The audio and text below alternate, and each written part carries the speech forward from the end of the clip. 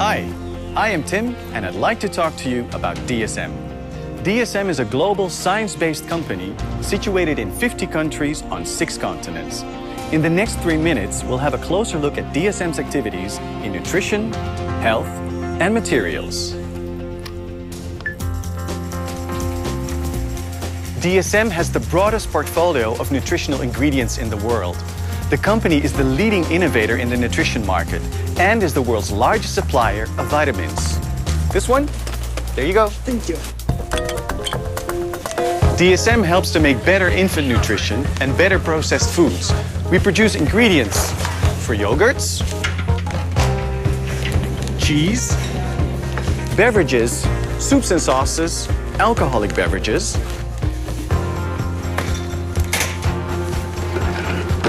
baking products, as well as dietary supplements.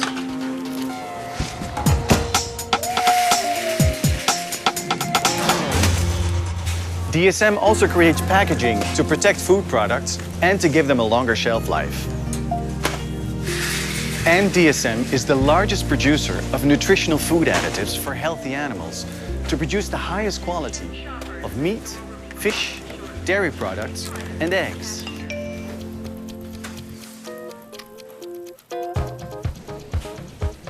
By the way, not just for farm animals, DSM also produces for a man's best friend. DSM's activities are not only about what we eat or drink, but also how we take care of our body, with ingredients for products such as sun, hair, and skincare. DSM also develops biomedical materials, materials that can be used in the human body to strengthen or replace body parts and accurately deliver medicines. Millions of people already have DSM's biomaterials in their body. Oh, thank you. In their knees, in their hips, and in their spinal discs. DSM's innovations make materials lighter, healthier, safer, stronger, more durable, and have a lower environmental footprint. You can find DSM's materials, like advanced plastics, in tablets and in smartphones, and even in cars. Which does not only make them lighter, but also safer, more fuel efficient, and even more fun to drive. And in case you didn't know, DSM also happens to produce the strongest, most durable lightweight fiber in the world. It is used to make products such as cut-resistant gloves, protective clothing, and cables that lift the heaviest loads. Sustainability is a core value for DSM, not just in its own operations, but also in products and services for customers. DSM's sustainable innovations in materials can be found in anti-reflective coatings for solar panels and also in paint and coatings that have less impact on the environment and are more durable. DSM also helps to make carpets completely recyclable. DSM's biotechnology finds further solutions by making products from renewable resources and by developing the technology behind advanced biofuels. DSM keeps innovating and improving their products for and with the customers, for people today and generations to come.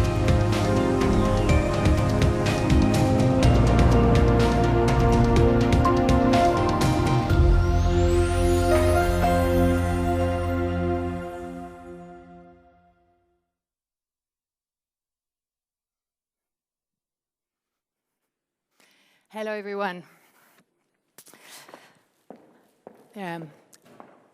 Hello, everyone. I hope you enjoy our little warm-up video just to get you into the DSM mood for the afternoon. Welcome to our Capital Markets Day. Welcome to Amsterdam, for those of you who are in the room here today, and thank you for traveling for that, most of you. But also a warm welcome to everyone on our global webcast joining us today. Now, the program for the afternoon is pretty straightforward. We're going to start with a presentation from Feike on the overall strategy. Then Dimitri will lead us through a deep dive into the performance materials businesses. Then we'll take a break. Then Stefan will take over and lead us through the nutrition businesses. And I will finish off the presentation part with a few considerations on the financials and sort of wrapping it up. Then we will have a second short break to get organized for the Q&A, and then we'll finish off with a Q&A session. Now, before we get started with all this, I'd like to make two practical points. Firstly, to everyone on the webcast, when we take the breaks, you will see a nice picture of Amsterdam and you will hear some pretty music. We will try to be time disciplined, and I'm addressing this to the people in the room as well, that we will rejoin hopefully on schedule so that you have time to grab a cup of coffee and maybe join us again. So that's for the breaks. The other practical point is that the slides that you will see behind us on the screen are somewhat different from what you have printed in front of you or on your PCs. Now, the only differences are simply that we have lightened a little bit the screen versions with the footnotes, etc., taking those away to make them more visible on the screen. So don't worry, you do have the right versions, you have extra details in front of you, but there's no mistake there. And with this, it is my pleasure to pass the floor to Feike.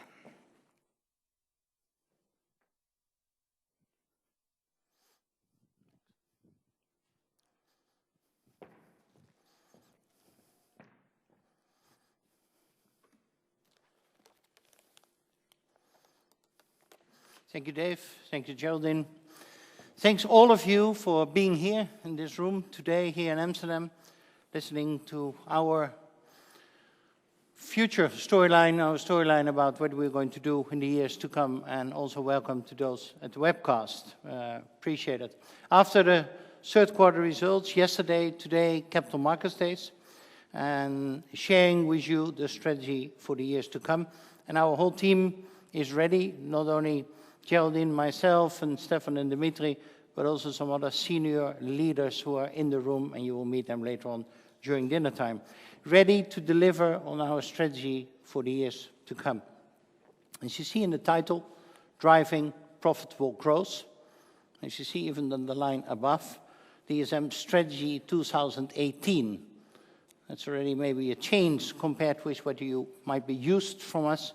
A 5-year plan, maybe after 3 years an update, and we deliberately put a 3-year period ahead of us, Strategy 2018, Driving Profitable Growth, and I come back on that, why we are doing that.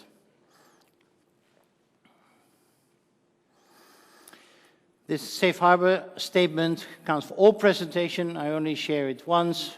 You can read all the details, and then that counts for all presentations automatically. Good.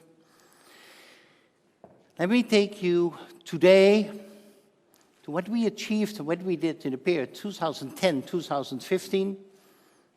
Then zoom into the strategy 2018 and what we're going to do, what you can expect from us, and then wrap it up. Very simple agenda. Why looking back? Looking back in the context of what you can expect from us, and I think it's very good to understand the history in order to explain and to understand what you can expect from us. History, I want to touch only two things: the successful transformation we did over the years and the growth platform we have created. Good. What did we do the last period? I mean, we easily forget it and get over it. We're in 2015, forget history. It's good to reflect on that for a few seconds. We transformed ourselves. In 2011, we divested the elastomer business of the former bulk chemical part, we elastomers, Agro, and our melamine business and elastomer business. Then in 2012 and later on 2014, we put our two pharma businesses into joint ventures. You remember, one with the Chinese, one with the American. And this year in 2015, put our bulk chemicals, caprolactam, ACN, etc., into a partnership with CVC. Whilst divesting all those businesses, we have been acquiring a lot of businesses as well. And we built in that same period a pretty broad, and I come back on that, and a pretty global, deep nutrition portfolio. In that same period, we further upgraded our business in material sciences, and we increased the EBITDA. At the same moment, we became much more global in terms of where our business is done. We became much more innovative. We became a much more sustainable company, and we created 3 new platforms for future growth. That is what we did in the previous period. Let me reflect and go back on that one step more in detail, look into the figures. which you see here on the left side, the sales, and the right side, the EBITDA over those years.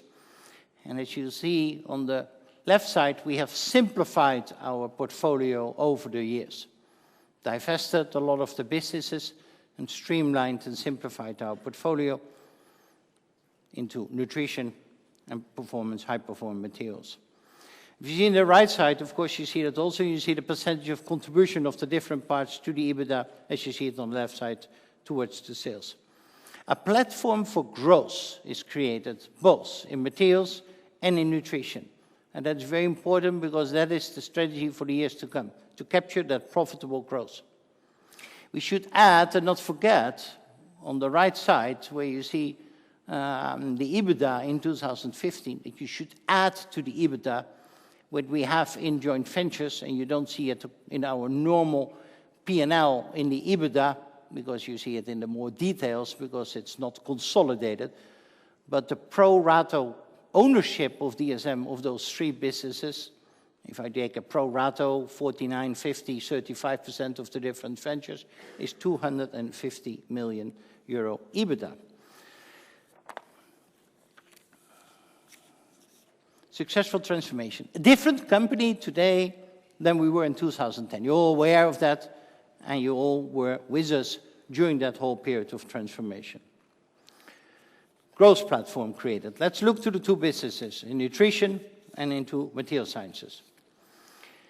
Into nutrition. What have we done in those years? In nutrition, we have been growing our business.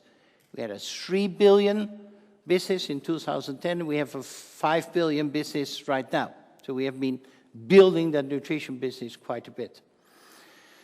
We have expanded it also in terms of product portfolio. Into the nutritional space, we are by far the strongest player in the market. And we have added the different parts in the portfolio which you can say we were missing or we're not active in. So we have a pretty broad, the broadest portfolio into the nutrition space, the strongest portfolio. And we added to that the PUFAs, we added to that trace minerals and all those kind of things. A broad, but also deep, because we're also close to our customers. As you see in the third part of this slide, it's not only that we make these so-called ingredients, but also make the premixes, forms, tailor-made solutions, and even go to total nutritional solutions with our eye health business, for example, into B2C type of products. Good. That is what we have built in nutrition. A broad, a strong, a global portfolio. How has that portfolio been performing over the years? And I'm looking to EBITDA. Here you see on this slide, on the left side, the EBITDA in 2010, and the right side, the EBITDA in 2015. And basically you see three blocks. A gray block of what had hampered our EBITDA, a middle block of 2 blocks, the acquisitions and the contribution, and the right block of what our growth over those years has contributed. Now let's look back in 2010, an EBITDA of 684. And you all know that there were 2 events, 2 elements, which had a huge impact on our EBITDA over those years. The competition and the stronger competition, vitamin E. And if you calculate back from 2010 to 2015, the impact had been phenomenal over those years. 280 million, towards the level vitamin E is today. The second event, the dollar helped us, but the Swiss franc in 2 steps, harmed us over those years.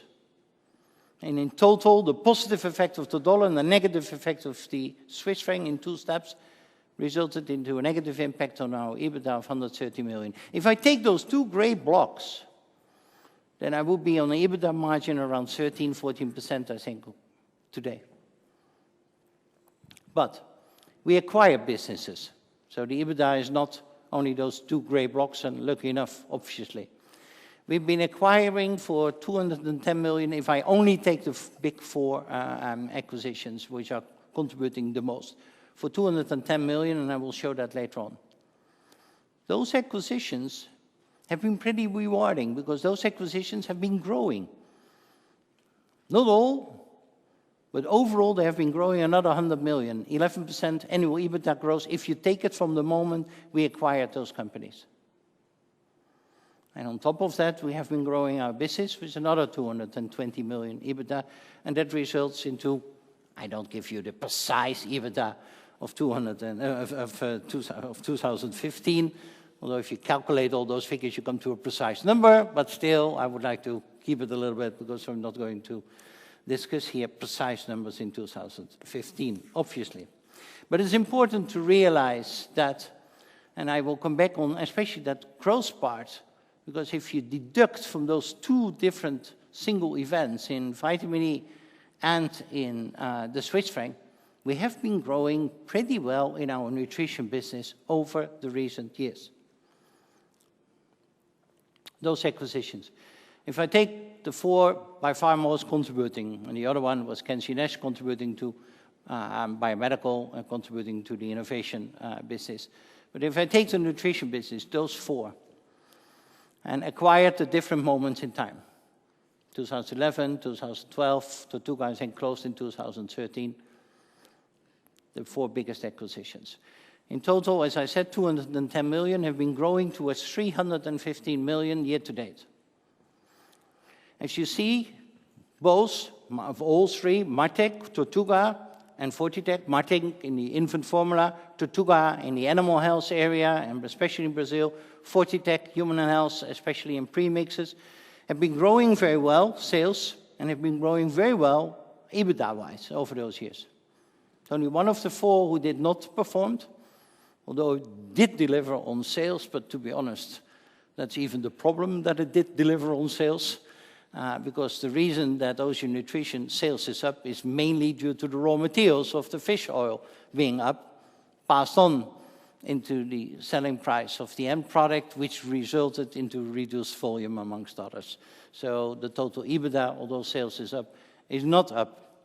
But if I take all four together, the acquisitions we did in nutrition have been very rewarding.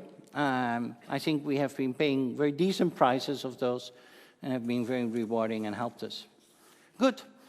We remember those different blocks, the gray block of depressing our EBITDA, the acquisitions at the moment of acquisition, including the growth, and then we had the third block. How have we been growing over those years? If you take all our quarterly reports back from 2010 to 2015, if you calculate back what we reported every year, you come to 3% organic growth over the years. So that is the right number, because that's what we have reported, and you know that number also. However, in that 3% growth, there is a 2% vitamin E effect. So imagine that vitamin E would still be at the prices where it was before. It isn't, but imagine, then we would have been growing only due to that single event 5% over the years. Well spread of all businesses? No. The animal health business, the animal nutrition business, have been growing much better than the human health business, and I will come back on that later on. And food specialties have been doing very well. It's operating also in a market space, which is growing very well, and also we have been doing very well. Now, I'm not saying that, in fact, we have been growing 5%, because you might immediately say, well, you have been growing, in fact, 3%. Totally true. But it is good to realize what the underlying growth is, especially when we look to the future and come to figures and statements about what kind of growth can be expected in the future. Since we are talking so much on vitamin E, and we have been talking so much on vitamin E in the last year, and since vitamin E was such a big profit contributor in the past, and since the competition suppressed the prices and therefore the margins in vitamin E, and since that had a big impact on our results, we also have been looking, how is today the composition of our results and profit in nutrition? Relevant for you, very relevant for us as well. And we have been making a pie chart of all the different products in nutrition, and we have taken the whole profit of nutrition and split that into the 100 product lines we have. And you see here, we start at the biggest part of the pie chart. I didn't give you all the different products, And I will help you a little bit with insights. But the biggest part is just below 10%, around 9 point something. And then we go to 8, 7, 6, and the smallest part on this part of the top 10 is around 2%. And then you go further, with 1.9%, 8.5%, 1%, 0.8%, etc., till you come to 100 different products. Why is this relevant? Because we have said, so if then, can other events happen again, like we had of the magnitude of vitamin E with the rest of our portfolio? And of course, things can happen, let's be honest on that. We can get fiercer competition, products can go up, products can go down, etc. But the single biggest contributor, and those are all different competitors, not single competitors, all different competitors, the single biggest contributor is just below 10% of our total EBITDA. So if that would be halved or whatever, and you know our total nutrition EBITDA, then you can calculate yourself what kind of impact that can be. It's still significant, but a totally different order than we had in the past. And that is, I think, a very relevant thing. And the big products still are, by the way, in those big parts of those pie charts, there's still vitamin E. It's vitamin C, it's vitamin A, there's some lipids, some other products who are, of course, top contributors, and will not give you the exact split. Some of those products have a strong IP position. And let me be clear, since I mentioned that vitamin E is also on those big products, vitamin E has caused problems for the company because it has suppressed the EBITDA. But strangely enough, vitamin E is not a problem child because we still make a good margin on vitamin E. We would like to have higher prices, but if we need to compete at these prices, we can absolutely do that. No problem. Although we like higher prices. So, if we look to the performance of nutrition, I just take back the same slide as you've seen before. A big impact from two events. Acquisitions, Ocean Nutrition obviously less, but the others contributing quite a bit, and good growth over that whole period. And you can look to that growth also with and without the effect of vitamin E, and look into the composition of the portfolio. Let's look to performance materials. How have we done in those last couple of years in performance materials? We've been growing the business, especially I correct here for the divestments in composite resins and some others, smaller parts we divested. But we have been increasing the EBITDA with more than 100 million, more than 50% increase of the EBITDA over those years. And creating also a business with a higher return on sales, bigger margin, we are now above 15%. And we have also increased the return on capital employed. I think in 2010 we were 12, in 2011 we will be even 11%, I think. At this moment growing towards 15%. Now let's do the same with performance materials as we did with nutrition. Can we take 2010 EBITDA, 2015 EBITDA, and look what has happened. What happened is also one event which suppressed the EBITDA development of performance materials quite a bit, and that's the stopping of the vehicle business, the tender vehicle business, especially of the US Army, protection of vehicles. Protection and life protection is still a very important part of Dyema, but more for helmets, for vests, for military, for police, and all that stuff, but not so much in the vehicle business. And that was a huge part of the business, and that suppressed the EBITDA with 50 million. And again, there you have the two other blocks, the FX. We have no Swiss franc impact here. We have mainly a dollar impact and some Japanese yen and some others, but mainly a dollar impact. And of course, that had helped us compared with 2010.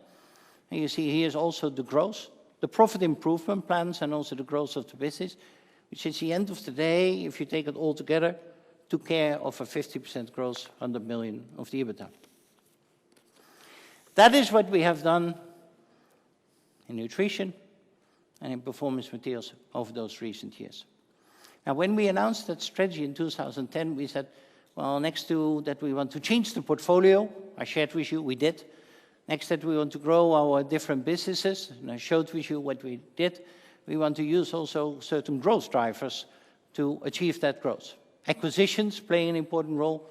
but also, as you see here, the high growth economies, innovation, and the Eco Plus sales. And here I make a step forward also, if you allow me, already to the strategy. But we have said acquisitions, divestment acquisition play an important role, one of the growth drivers. We shared that with you in that whole transformation, it played a role. High growth economies, we had around 30% in 2009, even below 30%, somewhere in high 20s, of our sales coming from the high growth economies. And we said that is not enough because they have a promising future to bring. So we want to increase that. We want to be stronger, embedded in those high growth economies. Today, it is close to our goal of 45%. And we are on 43% coming from those high growth economies like India and China, Brazil, and all that stuff. Towards the future, the first statement towards the future, we are not going to increase or drastically change our target of 45%. We said it can be 50%. You don't find in the press release a clear target on it because we don't want to put a clear target that it should be 50 or 51% because it should not be 60, 70, or 80% either, because that will be unbalanced on the other side, because Europe and the United States are offering also good growth opportunities. So we said if we are around this 45 or 50%, that will be an okay-ish number also in the frame of how the emerging economies are developing. And we want to capture also growth in other parts of the world. More or less the same with innovation. We said at that moment in time we came from 15% in 2009, ramping up to 16% the year thereafter. That is the part of our sales coming from products introduced in the last 5 years. So pretty simple and strict definition. And we said we want to have that around 20%. We are at this moment at 21%. And we said, feel happy with around that target. We'll be extremely unbalanced if 40% of our portfolio is coming from products introduced in the last 5 years. That would mean that we have very short life cycles, which is not a thing we are aiming at. So again, there we're happy on what we have achieved, but we have not changed our targets for the future, and therefore you don't find that in the press release either. The third one, Eco Plus, products which have a lesser environmental footprint than mainstream products. We were around 30, 37, 38% in 2010. We're now on 57%. We said, of course, that can be increased a little bit to 60 or 65%. Let's not pinpoint that fully, because we use this increasing as a business driver. Our customers want to get innovation. The big electronics company, the big automotive company, big food companies want to have an innovative portfolio themselves, have a sustainable portfolio themselves, and we are providing this. So we use this increasingly as a business driver. Sustainability aspirations for the period to come. Let's go one step more in depth. Dow Jones Sustainability Index, we're always in the leading category there. I mentioned already Eco Plus, where the target is, if you take People Plus and Eco Plus, it's around 60% today. It could be 65%. But again, you find it as an aspiration because we want to play it and to use it as the business is developing, as we see opportunities in the business.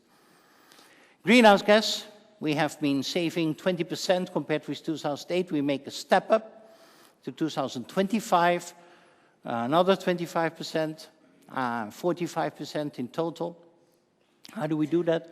Amongst others, with energy efficiency. Very important tool to achieve this greenhouse gas emission reduction. Also, an important tool to reduce our cost, because every energy efficiency percentage improvement reduces our cost. And last but not least, 2 statements related to our own people on safety, on employee engagement, of course, very important for the diversity of our group of people who run our businesses, but also for the motivation. And as you see in the next slide, our sustainability agenda is very much linked on the things we are involved in, very much linked to our business competences, very much linked to the things which we do in malnutrition, things which we do on climate change and driving our business. That is what we have achieved. Now, Period ahead, 2018. What we have done is we reviewed our activities in depth in the last period. And we looked to the portfolio we have created and looked to what kind of growth opportunities is that portfolio generating for us? What kind of growth can we achieve? And we said this can achieve a lot of growth. And I will go more in detail on that, where and how. Secondly, we said, well, the fueling of that growth is the right trends. We're hooking on to the right trends, which we can benefit from. But also in view of what I just shared with you about the past, and of course there are reasons why our EBITDA, for example, in nutrition was what it was. We want to make a step up in our financial performance. And that comes then automatically on the right side in our strategy, where we said we have shortened a little bit this strategic period. We don't take a 5-year period, we take deliberately a 3-year period, 16, 17, 18. And we want to put our targets towards that period. We want to put our focus towards that period. We want to deliver in that period. We don't want to do big acquisitions. We don't want to do all kinds of other stuff. We want to focus on our financial performance of the part of the business. Capturing those growth opportunities supported by 2 important improvement programs. Of course, I realize that. We might get it in the Q&A. Targets set in a rather uncertain macroeconomic environment. I mean, I don't have to tell you something about that, and Geraldine will go further into the conditions around our targets. And a long-term view, of course, maintained. And I will say only a few words about that at the end. How's that strategy looking then, and what can you expect from us? Well, you see on the left side that those platforms we have created can offer a lot of growth. I will not go in depth. I already, in fact, did that in my previous remarks. And on the right side of this slide, 2 targets. EBITDA growth, ROCE growth. As you remember maybe of the past, we had also sometimes periods and years where we had 10, 12 different targets, etc., where even you got confused. How many targets and which are the most important ones, etc. Well, we reduced it to 2 targets. Very simple. EBITDA growth, high single digit. ROCE, return on capital employed growth, high double-digit basis points increase annually. And that is what you can expect in the 3 years to come. Now, how do we do so? Via growth, via important cost reduction programs, strict capital discipline, and we do that, of course, and I will say a few words with the organization as we have, and we are changing the organization as well. Let me first go into cost reductions before I go into growth. It's not a mistake in your slide deck. I go from the total strategy immediately to cost reductions, and then I come back on organic growth. Cost reduction, 2015 EBITDA. I gave you the bridge to 10 to 15. Now we go from 215 to 218. 2 important programs. One we already announced in the leveraging of all our support functions. Another one is in nutrition, especially in the manufacturing area. The third one is the growth. And of course, we will also be affected by inflation. And that should create the targets we reiterated here on the left side for the years to come. Say something more. Already we did this in August, and Geraldine will come back on this a little bit more in detail. What we have done, we said we have a simplified portfolio, and what we can do now is leverage all our support functions in the whole company over the businesses we have. We ask our business to fully focus on marketing and sales, manufacturing, the purchasing directly related to that manufacturing, and R&D. That is what they should do. All the other functions in HR, in finance, in communications, in legal, in IT, etc., we would like to leverage in the company and combine that, and therefore have also a cost reduction of around 125, 150 million, of which 25 is being achieved this year. And we do that, of course, by elimination of duplications, delayering, and all that stuff, and we can discuss that a little bit more on that later on. Second program we announced today, the improvement in nutrition. In fact, it consists of 2, maybe 3 parts. I first start about the left side. The left side is the nutritional improvement into the manufacturing area. Also, 125, 150, 130, 150 million program, almost the same size. In manufacturing, reduction of people, reduction of straight cost, but also reduction of our purchasing, not only buying at cheaper prices, but sometimes also buying different products, and therefore sometimes adjusting processes. Looking for further throughput, especially with the facilities where we are top on and which are pretty loaded, in decreasing the time products spent, need to spend in the factory, and therefore getting additional marginal cost at marginal cost out of the factory, and increasing yield on raw materials, increasing yield on energy. Stefan will come back on that. A program worked out in detail with almost, I think, Stefan, 400 different measures we have at the table right now. The previous program around 100, I think.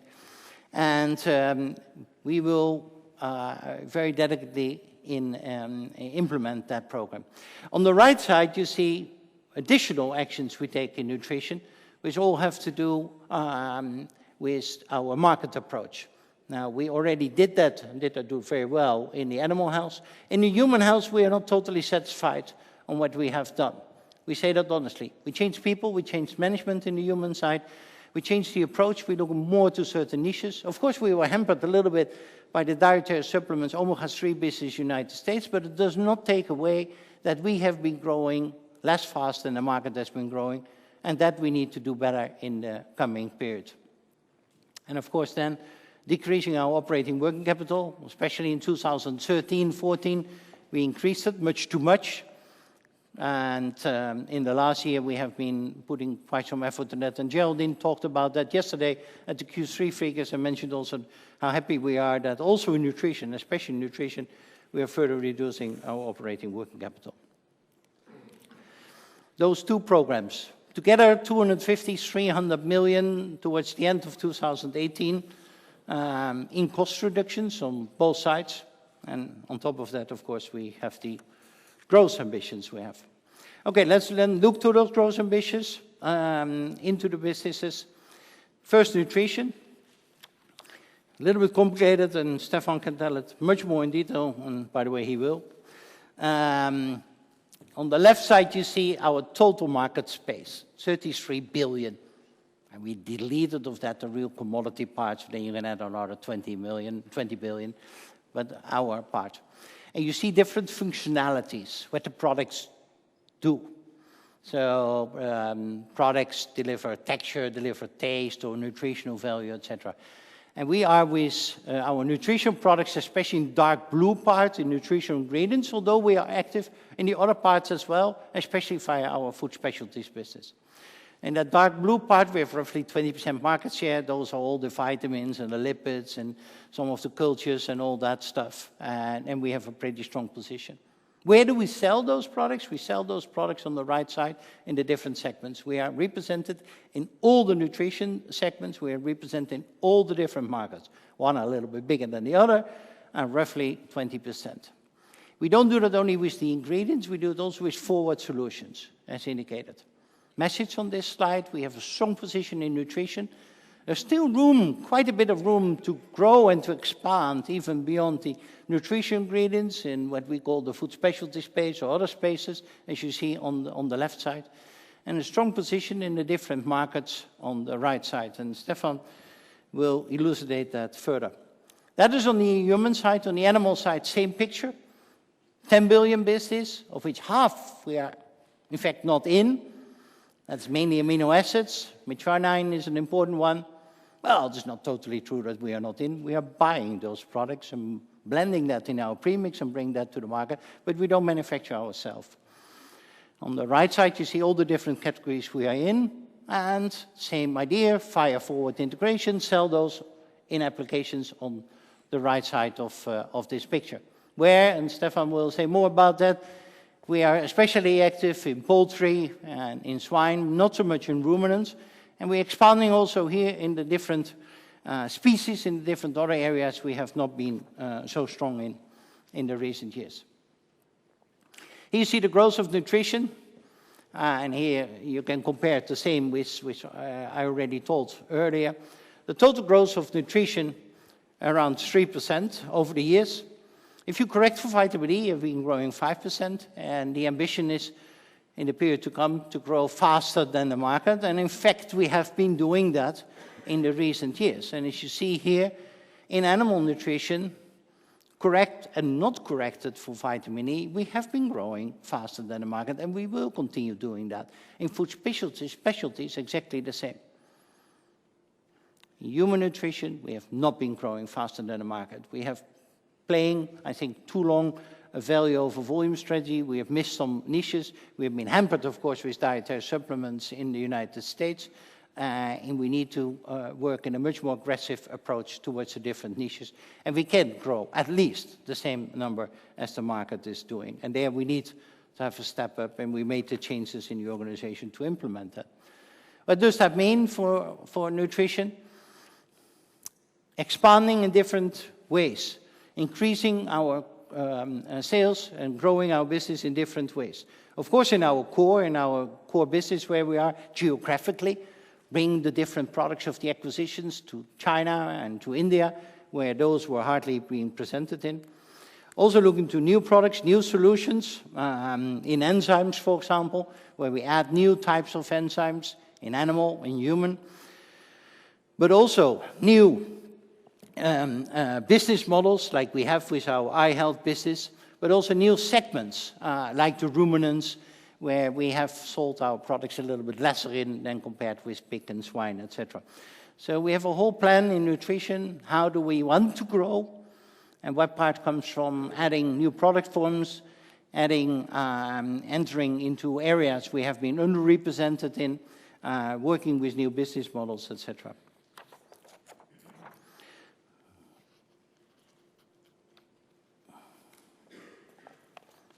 Oh yeah, sorry. And to what does that result? Here on the right side, an above market growth of our nutrition business. And basically we have shown in the past that we can do that for the total. We have been lacking in human. If we catch up on that, continue with the rest, we can clearly grow above market. If we don't have another product like vitamin E, and you saw the pie chart, it must be possible not be hurt by another product and to keep that growth above the market. Together with the cost reduction programs, in what kind of EBITDA margin will that result? We said in that period, 16 to 18, we will increase our margin to 18 to 20%. And 20% is the threshold we had last time, as you remember. Of course, we've been growing a little bit higher in animal health than in human health. And the mix between animal health, human health, is suppressing a little bit the total mix margin of the two, because the margins in animal health are a little bit lower than in human health. That's what we're going to do in the coming periods in nutrition. Let's do the same in performance materials. Of course, there you can make the correction for the vehicle business, as I already showed you before, also in the EBITDA bridge. But if you make that correction, also there we have been growing around the market. And in the future, we want to grow again there also faster than the market. In engineering plastics, where we have differentiating products, I think, and I'll come back on that, how that works, we think it is possible. Of course, in Dyema, being hampered by this whole vehicle business, but if you delete for that in the future, don't see another downturn. And by the way, we're not counting on this business coming back. If that is so, that will be an additional plus. We think we can grow again above the market. And in coating resins, we have not been growing very fast. The market also not, to be honest. That's also to do with the very depressed building construction market, especially in Europe, which we count on some recovery finally after so many years. And believe that especially with the position we have now gained over those years in our waterborne business, which was not the same if we look to 2010, we believe we can grow much faster in the coming period. What does that mean into the materials business? This cost reduction, like we did also in the past, cost reduction will play a very important role in increasing our EBITDA into performance materials. But also this increased growth, especially the growth in the more specialty part of the portfolio. That's the whole game we have been playing in performance materials, every time to look to the base load products, but to add as much as possible the more specialty products, and Dimitri will tell you much more in depth about that. Around this slide also, where in the past we even had something in the left lower corner, not so very attractive business. And if you see here, I don't know whether the camera can still follow me, I hope so. On the left side, the left blue part, you see in fact our engineering plastics business with PS6, compounds and high-performance plastics. In the middle part, you see our resins business, dark blue.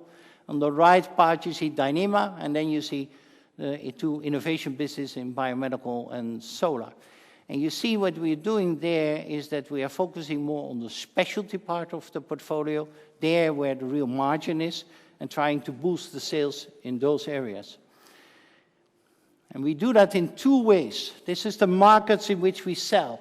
The same bubbles as I showed you before, the same business I showed you before, engineering, plastic, Dyema, and coating resins at the bottom. But then to what kind of end markets they are geared at. And of course we can grow with those end markets, in automotive, into electronics, personal protection, marine, etc. But in all business, next to the growth with the end market, is the replacement and the substitution of products within that market. So even when the end markets are not growing, we think we can grow. We replace steel, we replace aramide, we replace solvent-borne paints, etc. And that is a second growth driver. So it's growth, you see at the bottom, growth via end markets and growth via substitution. Again, Dimitri will go in depth, because this workout of this slide, which we have done in the previous period, these are the underlying factors to say in materials we can also grow faster than the market is growing. Now I go back because I stepped over the right part of this slide. And in what will that result? Into an EBITDA margin in materials above 15%. And I think of the previous period, it was somewhere between 12 and 15%. In the coming period, above 15%. And again, also a sales above the market.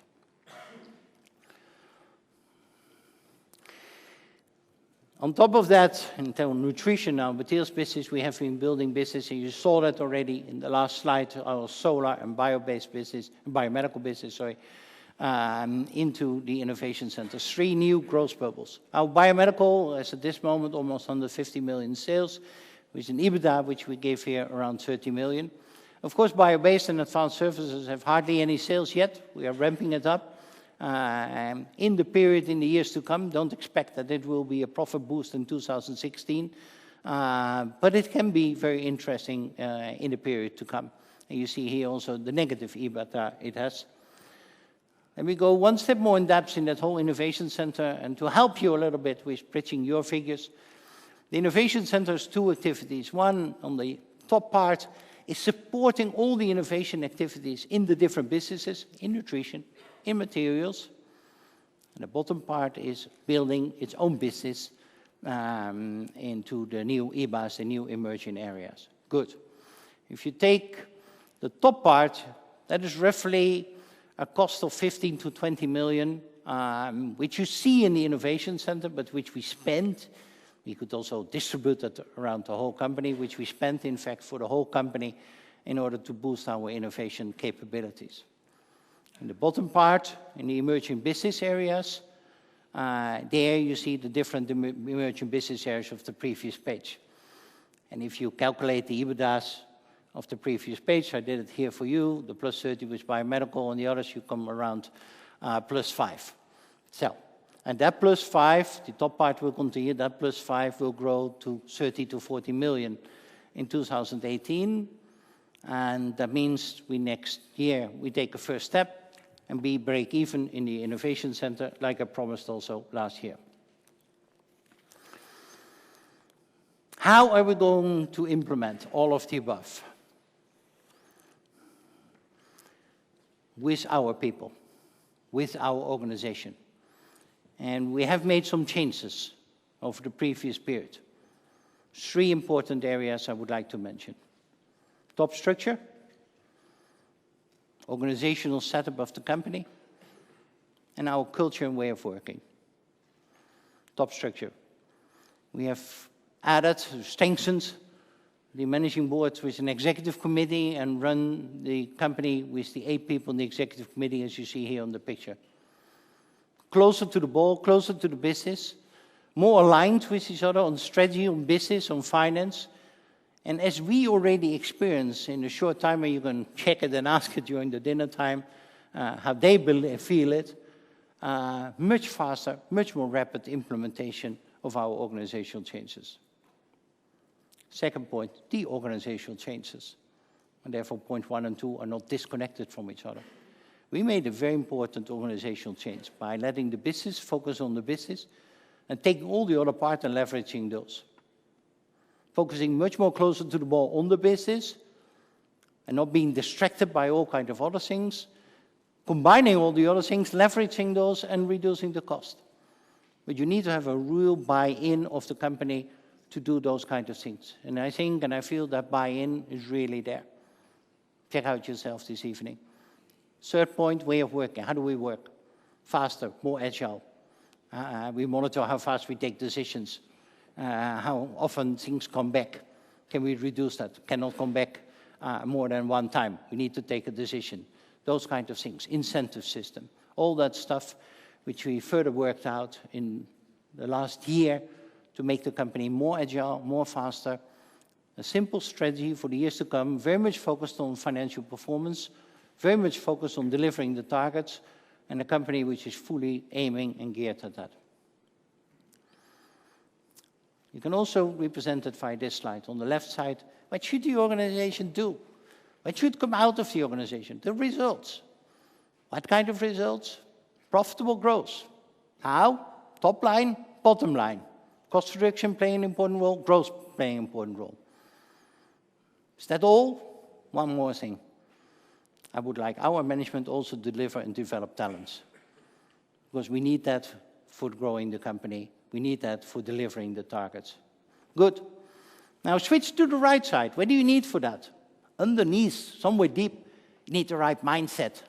It's very difficult because I cannot open the heads of all our people and look into that, what their mindset is. But we had a lot of sessions in the last half year on that mindset. Whether we have trust in each other to work this different organization model. Whether we have this can-do mentality that we will deliver on the goals we have set. In between is how they need to operate, in what kind of organizational context, and what I do see every day, their behavior. And we support that with our leadership program, our leadership model, our one DSM culture model. I will not go in depth in that. That is, again, something maybe for the breaks. But I think it's very, very important for the company, and it's very important to deliver on those targets. And it needed change of everybody. It needed change of me, of the managing board, of Geraldine, of Dimitri, of Stefan, of the executive committee, to say, hey, this is what we're going to do. Because we have pretty big programs. If you add that together, for our company, 250 to 300 million, which we have on the table, is a lot. If you add to that the growth above market, if you see the targets we have set for the years to come, then I think, I believe it is ambitious, and I believe we need a very strong organization to deliver that. 2 last points. Does the world stop in 2018? Our hope is not. And the only thing I want to do with this slide, because the organization is focused very much on 2018, 16, 17, 18. But in the meantime, it's also good to show to you that there are certain things we're working on which are going to contribute after 2018, our pipeline of things. And this is the most important things we have in human nutrition and animal nutrition in materials. And some of those things are already happening today, because this has a potential of over 300 million EBITDA in the period 18-21. of which only a small part we will see already in the period from now till 2018. And those are the clean cow, which we have discussed, reducing the methane extract, the methane of cows. Those are new sweeteners. Those are new products into the omega-3 area, low cost algae derived. Stefan will come back on those. Those are Dyema, totally recyclable carpets. Or 4T, I think Dimitri will come back on that. Those kind of things are going to contribute quite a bit in the period thereafter. Once again, management of the company is very focused on delivering 16, 18 targets, but I think it's good for every company to have also an outlook to the future and to see, hey, what can we expect after 2018? On top of all the growth we do, on top of the cost reduction programs, we said also those joint ventures we have created, I think smartly, we want to exit also smartly. And I think we have discussed over the years with several of you the value of those different ventures. Sometimes I have discussions, well, it has hardly any value, get rid of it at any price. Some of you advised me not to do so. At the end, I think we try to do it in a smart way. We need to realize that we're still owning 250 million pro rata EBITDA, which over time we want to exit. I'm not going to give you the exact timing of the exit because we want to do it as smart and at the right moment as possible. Let's realize that 2 of the 3 partners we have are private equity.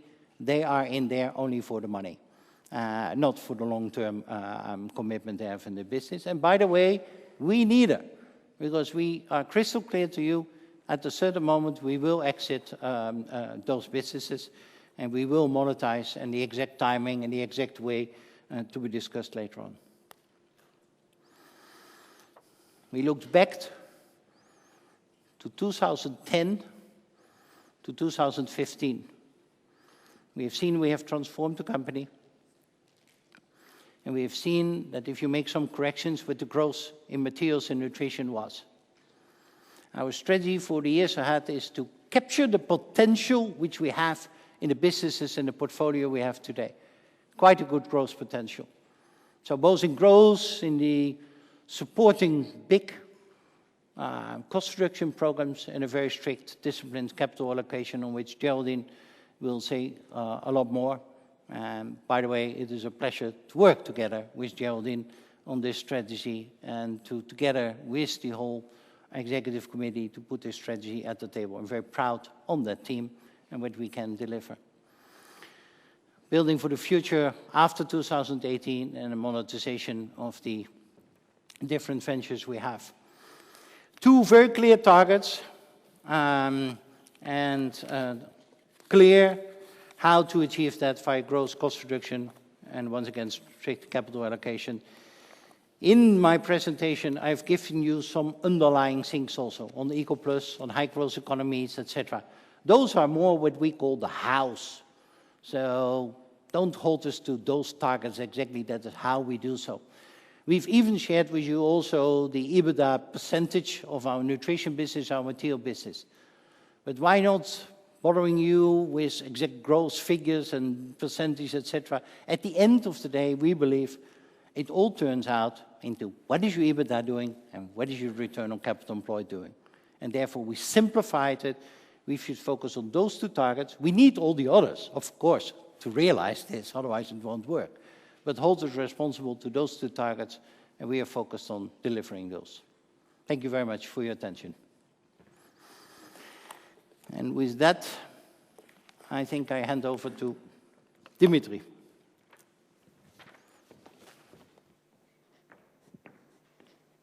Thank you, Feike. Thank you. Good afternoon. Great to be here, leading you in the beautiful world of materials. With you in the room are the 3 heads of the business groups of materials. Golnar Motahari-Poor, heading as of Q2 DSM Dyema.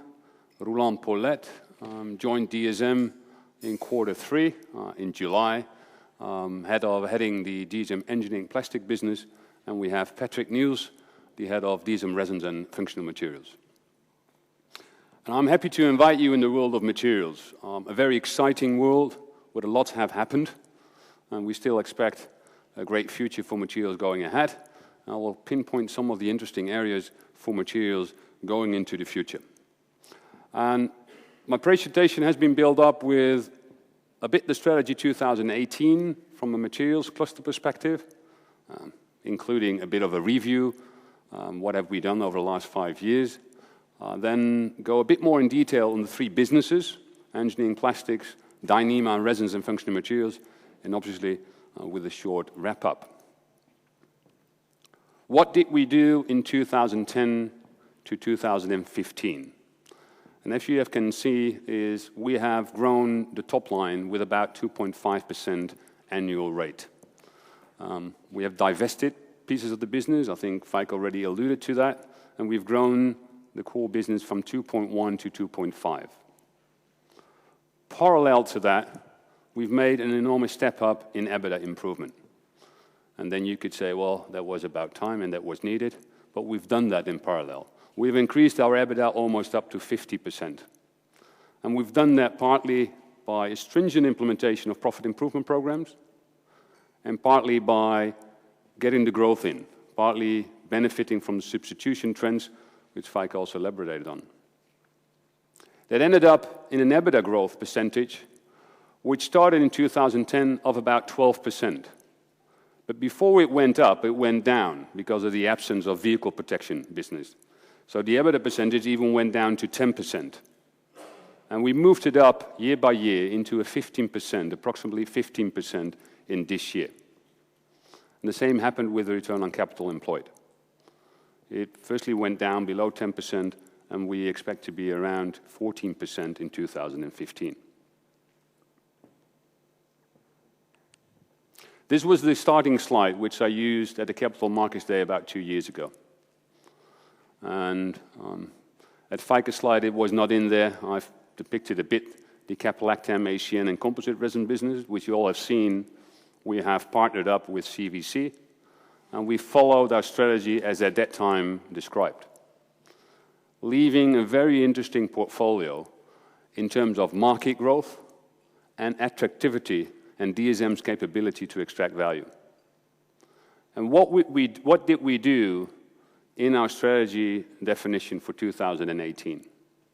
We took that portfolio and we reviewed every business in detail again, just to see, hey, is there market growth? Is there substitution growth? Is it worthwhile investing? Should we differentiate? And those were tough discussions.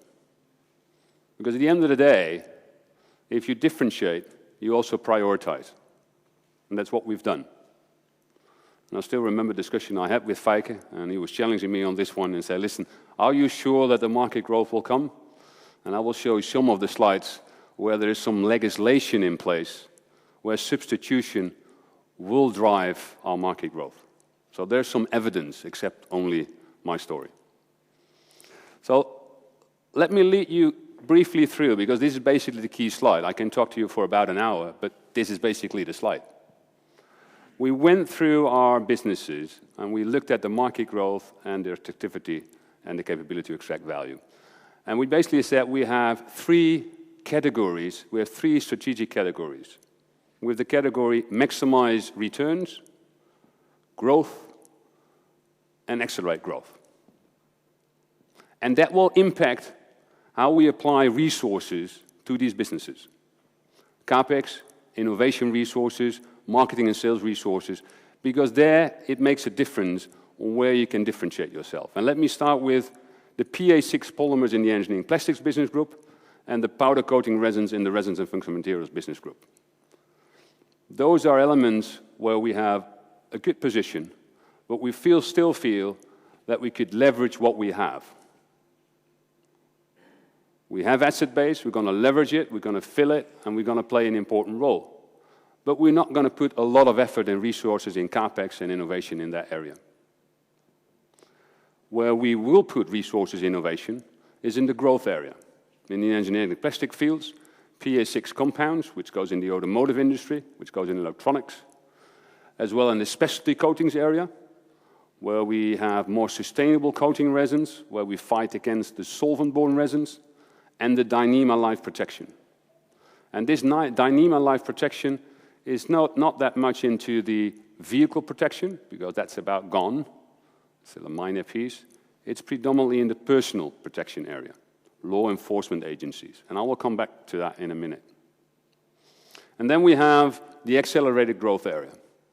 And here you can see the size of the bubbles explain a little bit the size of the businesses itself. So obviously you would like to have big bubbles here, and we're working on that.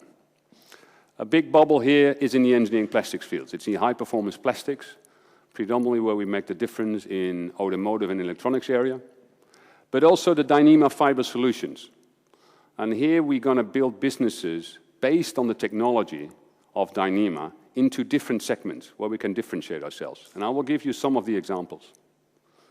Functional materials is the area in DSM resins and functional materials area where we are key leader in fiber optic materials.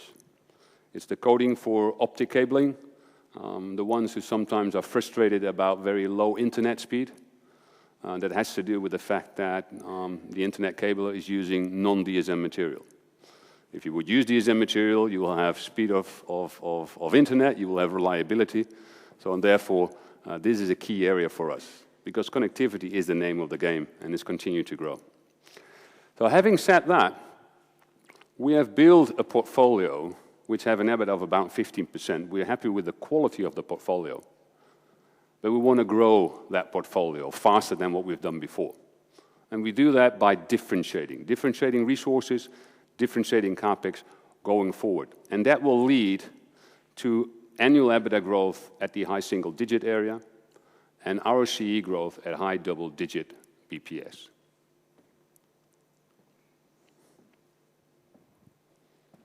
How will grow this business? In the past, it was about 3%. And if we correct for the vehicle protection business, we more or less grew with the business. So, Dimitri, interesting story, but why do you think you can grow faster than the market? And we need to go through the different businesses. So we need to go through different businesses because every business has its own story. The only thing is that substitution of materials are key in that explanation. And I will give you some examples. In the engineering plastics area, we deliberately have selected two what we call winning segments, automotive and electronics. In the Dyema space, we have personal protection, commercial marine and sport, and high-performance textile, where we substitute steel, or we substitute aramid. So market growth plus substitution growth should be the driver to outperform the market overall. And in resins and functional materials, it's the same versus the solvent-borne resins part. And I will give you some insight if we run through the businesses in a minute. Is it only about growth going forward? No, absolutely not. It's and growth. We will continue to be very strict, very disciplined on implementing our cost efficiency programs, being very disciplined in applying capital. And I think I'm proud to say that over the last 3 years, we have been pretty successful on the cost and capital discipline in the materials area. I think we've done quite a lot. I think Feike showed the waterfall on the profit improvement programs, and we will continue that. So we will not be in the relax mode, absolutely not. We are certainly not there yet. There's more to follow. Business group strategies. Let me run through the business groups and a bit of the businesses in itself. Let me start with engineering plastics. Is there anybody of you driving a BMW i3? Just raise your hand. Nobody. Oh, there's one? Yeah, there's one, only one. So if you want to promote and support DSM a bit, BMW i3 will be appreciative. And I hope there are people in the webcast who drive a BMW i3. BMW, a well-known car manufacturer, partners up with DSM Engineering Plastics because we have application know-how, we have a portfolio, and we are a well-known partner to BMW. Throughout the chain, they come to us to develop products. And why? Because we are a global provider of engineering plastic solutions. And there are more of those contexts, and I will lead you through. But before I do that, let's look back on what we have done within engineering plastics. We have grown engineering plastic from a business for about 1 billion in 2010 to a business of about 1.4 billion in 2015. We've upgraded our portfolio by adding the top end, Stanil 40 high-performance plastics. We've added PPS to our portfolio via a joint venture with NHU. And we have implemented a cost reduction program. Internally, we call it Summit. It's an efficiency program, and that has been rolled out till today. So we've grown the top line, and in parallel, we have grown our EBITDA for engineering plastics. And we've built our application development, and we've built a global footprint where basically global customers would like to use and work with us. Just to reflect back on the strategic growth bubble page, where are we within engineering plastics? So engineering plastics has 3 businesses in all 3 strategic categories. So the PA6 polymers, which predominantly goes as an input material to compounds, which is in the growth bucket, and it goes into films and packaging. The PA6 compounds is the growth area, and the accelerated growth area in the high-performance plastics. So here is engineering plastics. It's played out in these 3 businesses. On the left-hand side, you see a pyramid with materials, engineering plastics materials. And it's a bit of a fuzzy slide, but you see the colors. So where you see the colors, DSM has a position. So you basically see that in that pyramid, we are well positioned. We have a broad portfolio. And we have a broad portfolio well positioned because we are on the mid-range to the top range. We're not a commodity player. We're not at the low base of the pyramid. We are well positioned for growth. Strategy 2018. It's relatively simple. We'll continue to be cost and capital disciplined. We'll continue to be focused on working capital. We don't expect large capex, and we'll continue our cost and efficiency improvements. That on the one side. On the other side, we'll continue to grow. But we do that in a differentiated way. We deliberately make choices where we want to grow. And we do that in a strategic context. So we'll look at high-performance plastics on the upper end, accelerated growth, by teaming up with the global customers and basically focus ourselves in the winning segments, automotive and electronics. And we'll give you some examples a bit later on in the presentation. PA6 compounds has grown pretty well over the last 3 years, and will continue to do so while using our global footprint. We are basically well placed around the world, and we'll continue to grow that business. And on the polymer side, we don't going to invest money or capex, we just utilize what we have. We're going to sweat the assets. We're going to sell the polymers in the packaging world. We're going to sell polymers into the compounds world.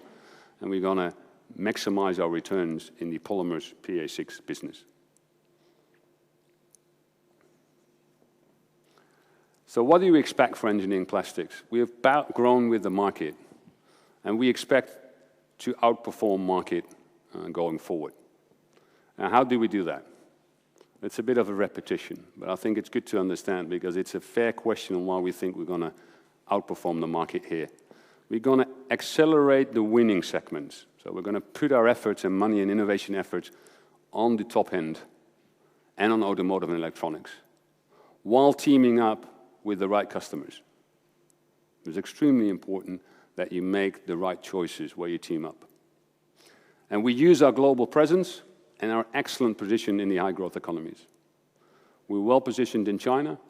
We have a joint venture with PPS and NHU. and we're also based in Russia with QBZ Azov, and we have a good footprint to build on growth on. Automotive and electronics. Why is this such an interesting space? Why are we going to outperform the market here? First of all, macro growth. Why is automotive an interesting segment? Well, believe it or not, automotive industry is a hugely innovative segment. There's an enormous drive for lower weight cars to reduce the CO2 emissions. And there are different car manufacturers coming up with different solutions. We talk about lower weight of the cars here. And that basically also helps our business. While having safety and comfort. So automotive industry is not willing to jeopardize safety and comfort, and correctly so. DSM is well positioned in that area. We have a full portfolio. In our application labs, we have people who know the automotive industry. The automotive industry is coming to us and ask us to help further develop these businesses. Then on electronics. Maybe some of you still remember the Nokia phone for about 10 years ago.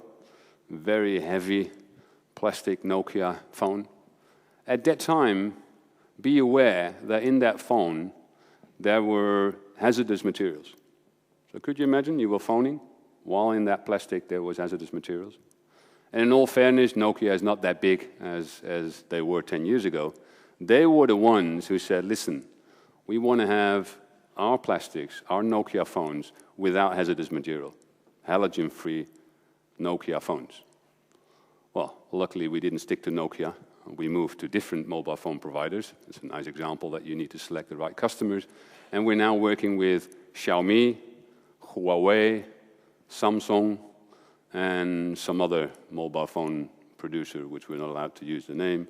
But we also help them in replacing materials with non-hazardous materials. And we have an excellent position with our PA, polyamide 4,6 portfolio. Some evidence. Feike was asking me while going through the strategic slide on the segment, said, well, Dimitri, great this substitution, but where do I feel that's really the case? This is CO2 requirements in different regions which are built in legislation for the automotive industry, and it's continuing. And it's not only in Europe. It's in the US, it's in Europe, it's in China, it's everywhere. And it will continue.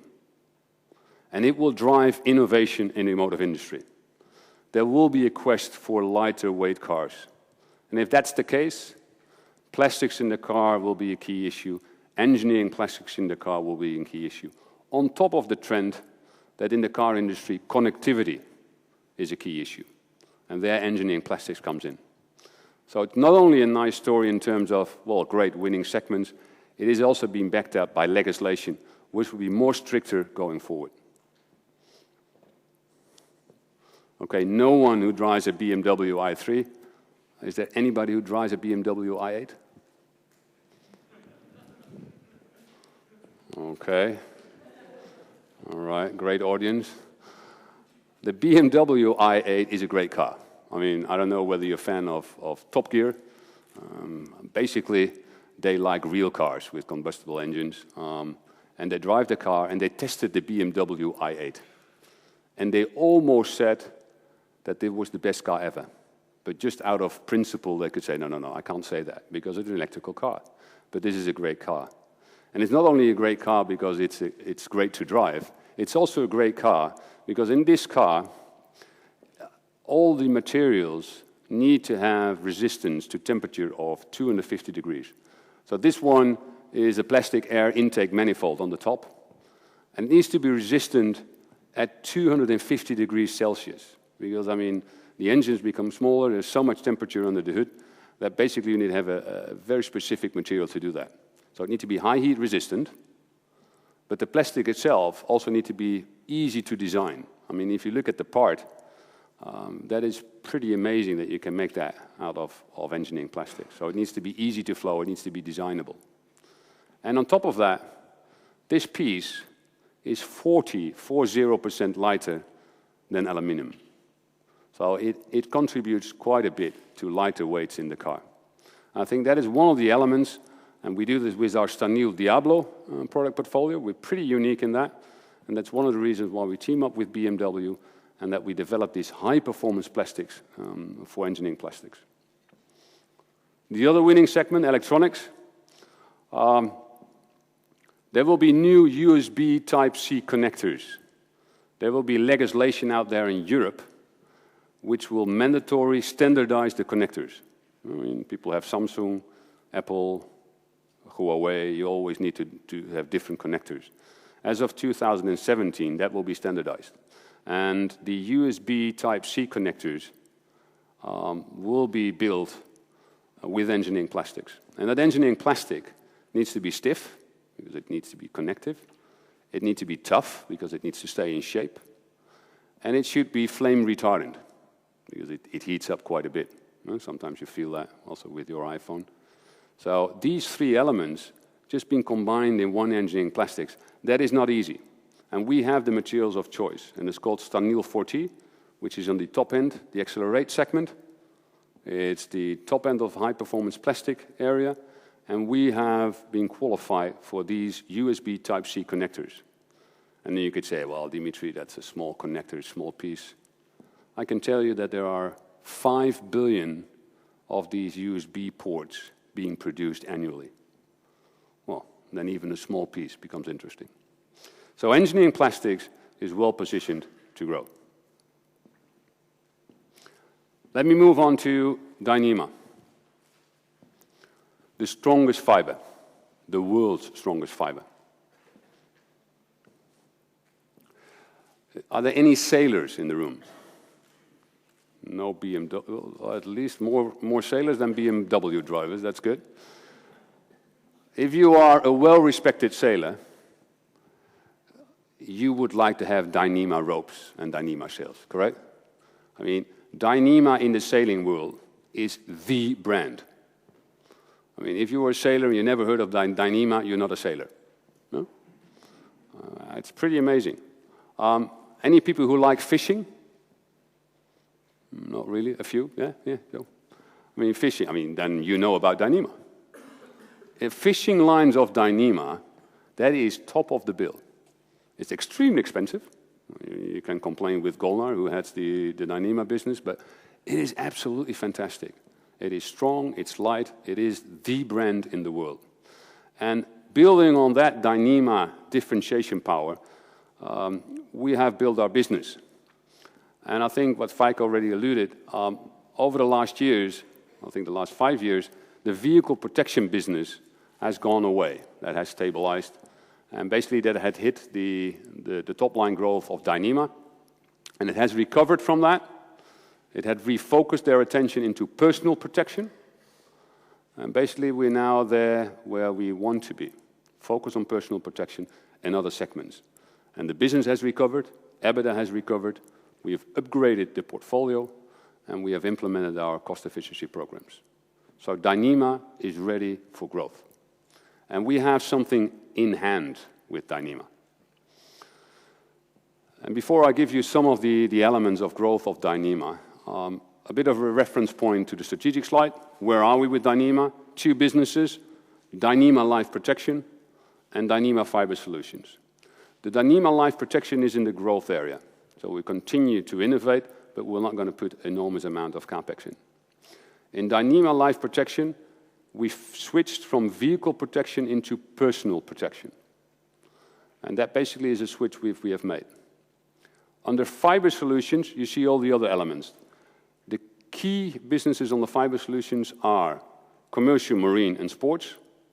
Basically what you see up there. And the gloves are high-performance textiles. The beauty about Dyema is it's such a fantastic product that we're looking for new segments to build on what Dyema has to offer. And we have seen a few segments, some new segments, and you see that on the slide. The first new segment is radomes. The other element is synthetic chains. And I will give you some example later on. And the last area, the new segment, is performance apparel.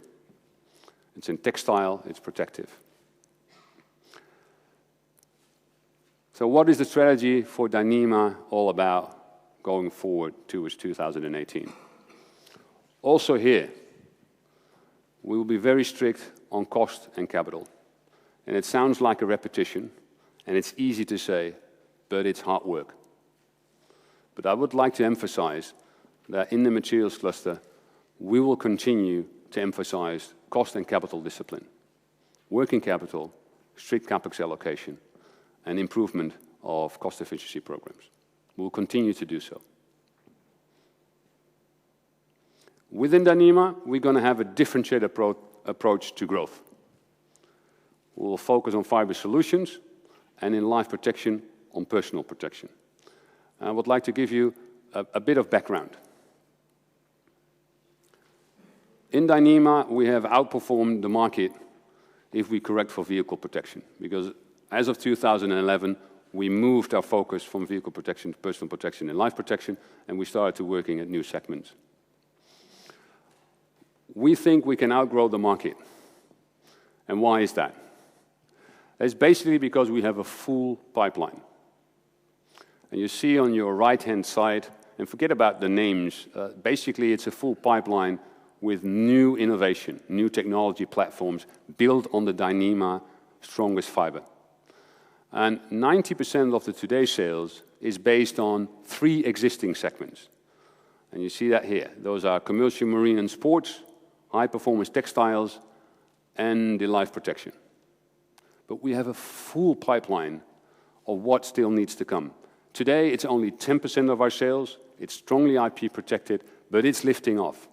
And I will give you some examples later on at the end of the Dyema presentation of some of the materials which are lifting off. But it's a technology platform, as you can see here. For instance, the diamond technology is linked to gloves, protective gloves, cut-resistant protective gloves.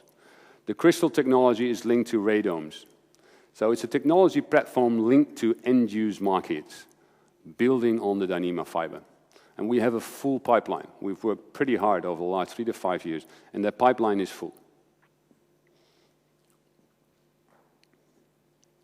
Apart from the pipeline, why are these markets so interesting for us? And let me start with life protection. Life protection, we see there is an increased concern about security, personal security. And wearability is a key issue as well. I mean, you could protect yourself as a knight, but if you want to catch the criminals, it's very difficult to run. So Dyema, and together with partners, have a vest which is light with equal protection. And we've developed, based on what Dyema is, a force multiplier technology. And that is key and well known in the market. And it's called Alpha Elite. We work together with Third Point, it's our customer. They use the force multiplier technology of Dyema. We supply the material to them. And they supply the key police law enforcement agencies. We're happy to say that Point Blanc is supplying the LA Police Department, the New York Police Department. Those are top of the bill in the US. And their material of choice is the vests which contains Dyema, and it's called Alpha Elite. And it's taking off, and we're going to benefit from that growth. That's on the life protection part. Then on fiber solutions. Fiber solutions, we have our existing segments. High protection textiles and commercial, marine and sports. That will continue to grow. But the interesting is that we've added new segments to it, which makes us very confident that we continue to grow and that we outpace the market. And these are in performance apparel, in synthetic chains and radomes. And also in that order of where we are in the pipeline. Certainly on performance apparel, lightweight, extreme durability and safety and ergonomics are key. That drives the way forward, and Dyema is well positioned to do that. One example, performance materials, performance apparel, Dyema. Dyema biking shorts. I don't know if there are any, I hardly dare to ask any cyclists in this room. Is Massimo there? Yeah, Massimo, okay. I mean, this is a cycling short, a Dyema reinforced cycling in the textile, which protects the cyclist. And this has been developed within a year. Because normally the interesting is that Dyema is very strong. But because it's strong, it's not very flexible. So the interesting, you need to find a way to put it into textile where the flexibility is key, because otherwise it's very difficult to wear, and the comfort and protection stays. So what we have done is, together with a team giant, Alpecin, is this white stuff is Dyema, and the black stuff is the fabric, and we wove it in. So it's protective while being strong. We've tested it out with a team giant Alpecin. Nobody was willing to crash voluntarily, but I think at the Tour de France there were a lot of crashes. And the interesting was it protected the bike. And the interesting is that now all the other teams would like to get the Dyema reinforced biker shorts. And I think we're perfectly happy with that. And Massimo, this one is for you. After the break, I want you to have a safe cycling trip. So after the break, this one is yours. Performance apparel is one of the elements where we did a small acquisition, a Cubic technology, this year in the US. And we were looking for new opportunities. And the interesting is that sometimes new opportunities and new segments are not invented by people in the lab, but we have about 7 billion people out there who we could ask to help. And I would like to pick your brain to help to make DSM Dyema more successful and come up with new ideas. And I have a short movie to invite you for that.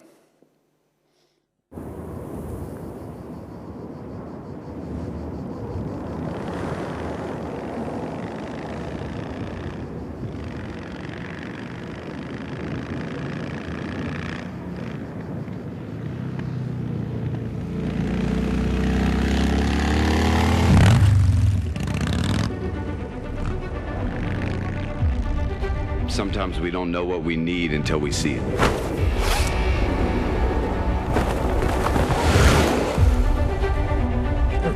I mean, what kind of product can stop a bullet like that?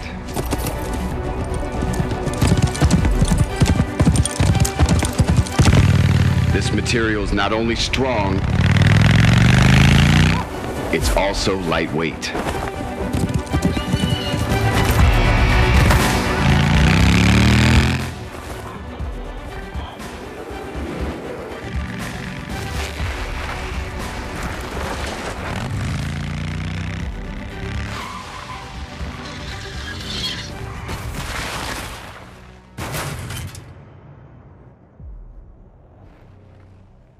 Now, we're going to find out what uses we can have for it amongst all of us. It changes how we look at clothing and fabric entirely.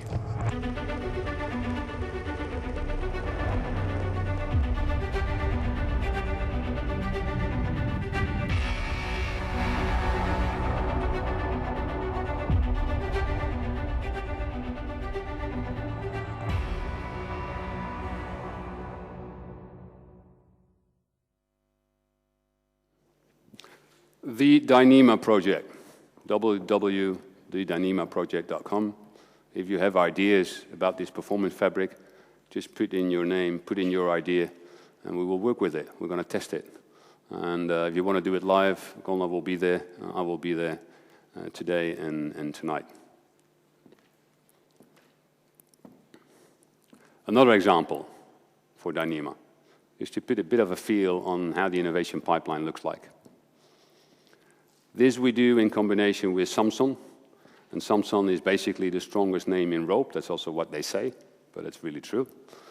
They work with cranes, and they work with steel wire ropes, just to heavy load, big loads. And you can see a few of these cranes here. Interesting is that together with Dyema, we have developed a rope which is Dyema rope, which is 80% lighter than steel. And could you imagine how that makes it far easier to use the rope on the cranes? 80% lighter. I mean, there's still people sometimes want to see the test because they don't believe it. Because, I mean, at the end of the day, if you're used to a steel rope, it feels very comfortable. And then you get a Dyema rope. But if it's 80% lighter, it's easier to use, it's more safe, it's not rusting, because it's not metal. You don't need to loop it. So basically, the crane producers are absolutely interested to make that change. And we do that together with Samsung. This is one of the applications will help to fuel the growth going forward. So basically for Dyema, a very interesting possibility, looking at the pipeline to further growth our business. And Dyema is back, it has recovered, and we're ready for future growth. The last business, resins and functional materials. Here my question is a bit easier. And is there anybody who painted his house, let's do it the last 5 years, just want to see a few hands, yeah? Last 5 years, yeah, that's better. So Patrick, here's your business. Normally, if you paint your house, about 40–50% of the people use solvent-borne paints, and it's a bit smelly. So we advise you to use sustainable paints. And I'll explain you in a minute why, because we are in this business, but it's also good for your health, and it's good for business. What did we do in resins and functional materials? We've grown our business from a 780 million business to 900 million in approximately 900 million in 2015, with a huge EBITDA growth step up. And we've done that by being very strict on implementation. Here we go again, but very strict on implementation, on profit improvement programs, efficiency improvements, and working capital. I think we've done that exceptionally well. But we also upgraded our portfolio. We have sold off some of our businesses, the solvent-borne business, the Euro resins business, the composite resins business, and we have upgraded our portfolio in a portfolio where we're ready for the growth. Where are we on our strategic slide? Resins and functional materials is covering 3 of these strategic buckets. One in maximize returns, that's powder coating resins. One in the growth area, which is specialty coating area resins, and one in the functional materials, which is accelerated growth. And how is that positioned? And here we go, again with a pyramid. The resins and the coatings business, you can depict in a sort of a pyramid. The low end of the pyramid is the solvent-based resin. That's the least attractive business to play in. Then you have powder, then you have specialty resins, which are waterborne and UV, and then you have functional materials. Interesting is, if you look at, well, where DSM is playing, we're at the top to the middle end. We're hardly in the solvent-borne part. We have some, but it's not a key part of our portfolio. So having said that, with the portfolio we have today, how does our strategy look like? Cost and capital discipline. We've done it in the past. We'll continue to do so. But we'll also increase our growth in the resins and functional material area. And we do that, again, via differentiating ourselves. Differentiating where we put innovation on, differentiating ourselves where we put capex on, in the 3 buckets: functional materials, specialty coating resins, and powder coating resins. We have grown with about 1 to 2%, which is basically more or less the market. It's not brilliant. So why do we think that a step up will be there? Well, it was based on the assumption that the building construction market in Europe has been extremely slow over the last years. And if you look at the unemployment rates of architects and project designers, then the unemployment rates have gone down. So that means that the architects are back to work. So does that generate business as of day one? For us, absolutely not. There's a lead time. But if the architects start to design, then somewhere in time you would hope that building will pick up. That's one of the basic assumptions we've done for the market going forward. That's one. Second element, why would we outgrow the market versus what we expect? And that's a differentiated story. And it's built on the portfolio we have. And you see the first pie chart in the middle, it's the market. And it's about 40 to 45% is solvent-based, traditional solvent-based. And that piece is eaten up by the sustainable specialty coating resins area. partly because it's better use, and partly because it's driven by legislation. And we'll come back to that in a minute. Again, there will be stricter legislation. It's already in place, and it will continue. So the solvent-borne part is under attack by UV business, by powder business, and by water business, which is covered on the specialty resins and powder part. Then you look at where DSM is. We have a smaller part in solvent, and the part we have in solvent is in China. It's in our facility in China, which we basically have built and bought and continued on because of water. And we will transfer that plant into a water-based plant. So there where we have link to solvent, we are basically in the market in China because we have inroads in solvent to help the substitution to more sustainable systems. And by doing that, we think we can outgrow the market. Why do I feel so confident about this? I mean, apart from being in the market, have your antennas out and listen. There is evidence, there is legislation in place which will reduce emission trends on VOC. VOC stands for volatile organic compounds. And the Netherlands started with it. Why? Because here it was for the first time scientifically proven that if you are a painter and you use solvent-borne paints and you basically breathe in the VOC emissions, the solvents, day in, day out, it's carcinogenic. You basically get ill. And because of that, the Netherlands were the first to apply VOC emission legislation. And that's been taken up by the US. It's been more stringent over time. You can see that here. And it's not a Europe and a North America thing. The interesting is that it's also getting a placehold in China. It's already this year. It will be implemented. And basically, it will drive our growth in Asia, because we're basically in that portfolio. So it's not only a nice story with something we hear from customers, it's also driven and helped by stricter legislation. So for us, we're pretty happy with stricter legislation. Sometimes that is needed to make the industry turn around. In that area, a great example. We've teamed up with Praxis, and Praxis is a retail outlet in the Netherlands. We've developed, together with the Praxis, Perfection Recovery Paint, which is bio-based, which is VOC-free. It has no odor.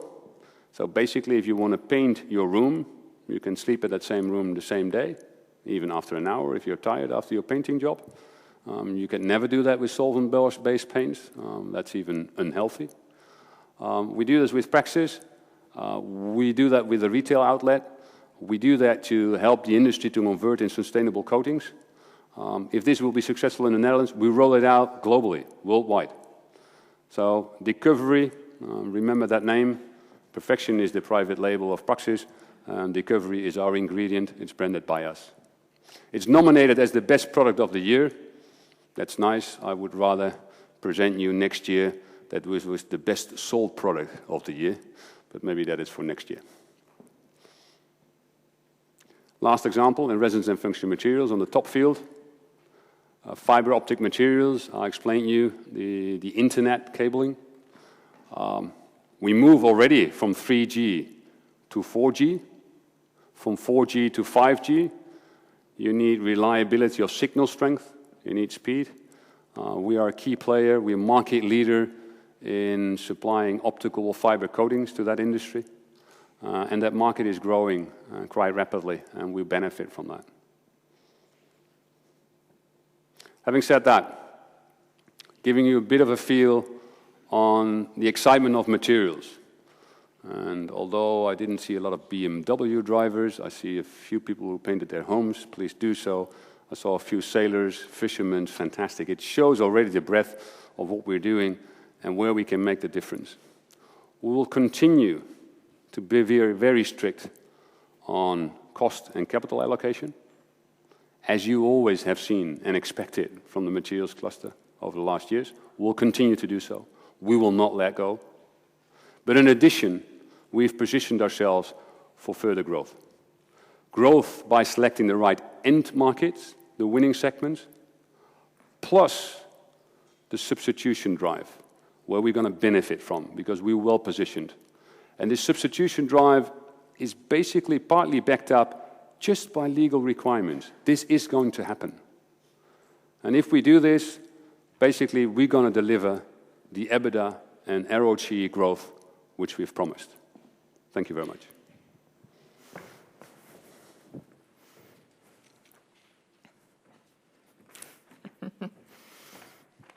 Thank you very much, Dimitri. Now, I'm extremely impressed by my colleagues. Not only have they done good timekeeping, they've actually gained us an extra 5 minutes break. So I'm sure we will make good use of it. So I'm now working on the schedule. It's 1:15. Let's give ourselves a 25-minute break, and we'll come back at 22. So for those of you on the webcast, a 25-minute break, and we will see you again for the next part, when Stefan will run us through all the interesting facts and figures and where we're going to take our nutrition businesses. See you in a second.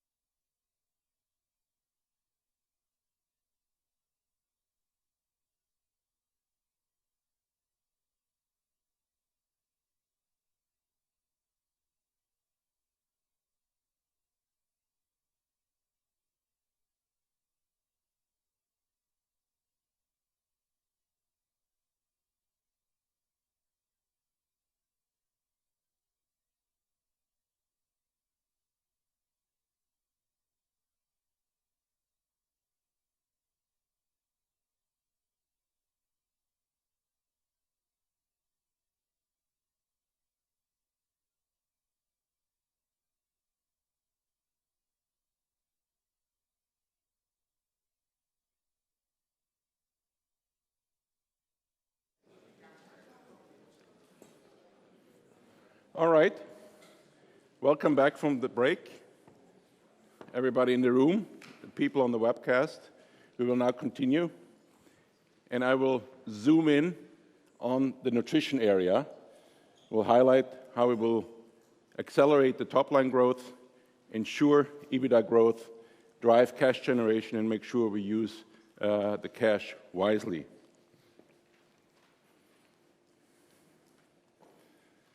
In the first part, I will particularly peel back the onion on the nutrition improvement program. I know that's what you're particularly interested in. Feike has already highlighted the summary of that. This is something that we've worked out in a great amount of depth together with Chris Goppelsreuter, who's here for the nutritional products business, discussing a lot with Feike and Geraldine, and I will get into the nuts and bolts of that. In the second part, talk much more about the growth strategies of the individual businesses, animal nutrition, human nutrition, and food specialties. And Ilona Heyer is here as the president of the food specialties business, and you can catch up with her afterwards also. Before we drill in, it is very good to remember the kind of business we have here. It is unparalleled, with a very strong footprint, with very competitive global products, strong cost position, and a vast global footprint that allows us unique insights at the local level, understanding customer needs at the local level, that allow us then to create solutions that are highly relevant. Pulling through, of course, our global products, also third-party products, to create these unique solutions, and that allows us to drive returns that are exceeding if we just had the individual piece parts. So having the total system allows us to have superior returns. Feike has already covered that the business is highly resilient, the largest product now less than 10%, but also the largest customer, less than 3%. And there are hundreds, in fact over 1,000 of these customers. So very well diversified, global, resilient. This is already the summary that Feike shared with you of our strategy for the next 3 years. Of course, driving top-line growth. I will go through pretty much in a common format how we'll continue to grow the core business, keep introducing new products and solutions, penetrate underpenetrated segments, and build out the value chain. That is something that is very unique to our business, that we are active down the value chain, being able to expand our addressable market. With that, we have the aspiration to reach above market growth. We're convinced we can do that. We have shown we can do that in animal nutrition, and we will show that we can do that also in human nutrition. With a very clear target of high single-digit EBITDA growth annually. With the aspiration to get back to an EBITDA profitability of 18 to 20%, with a clear target to drive ROCE improvement, high double-digit basis point increases.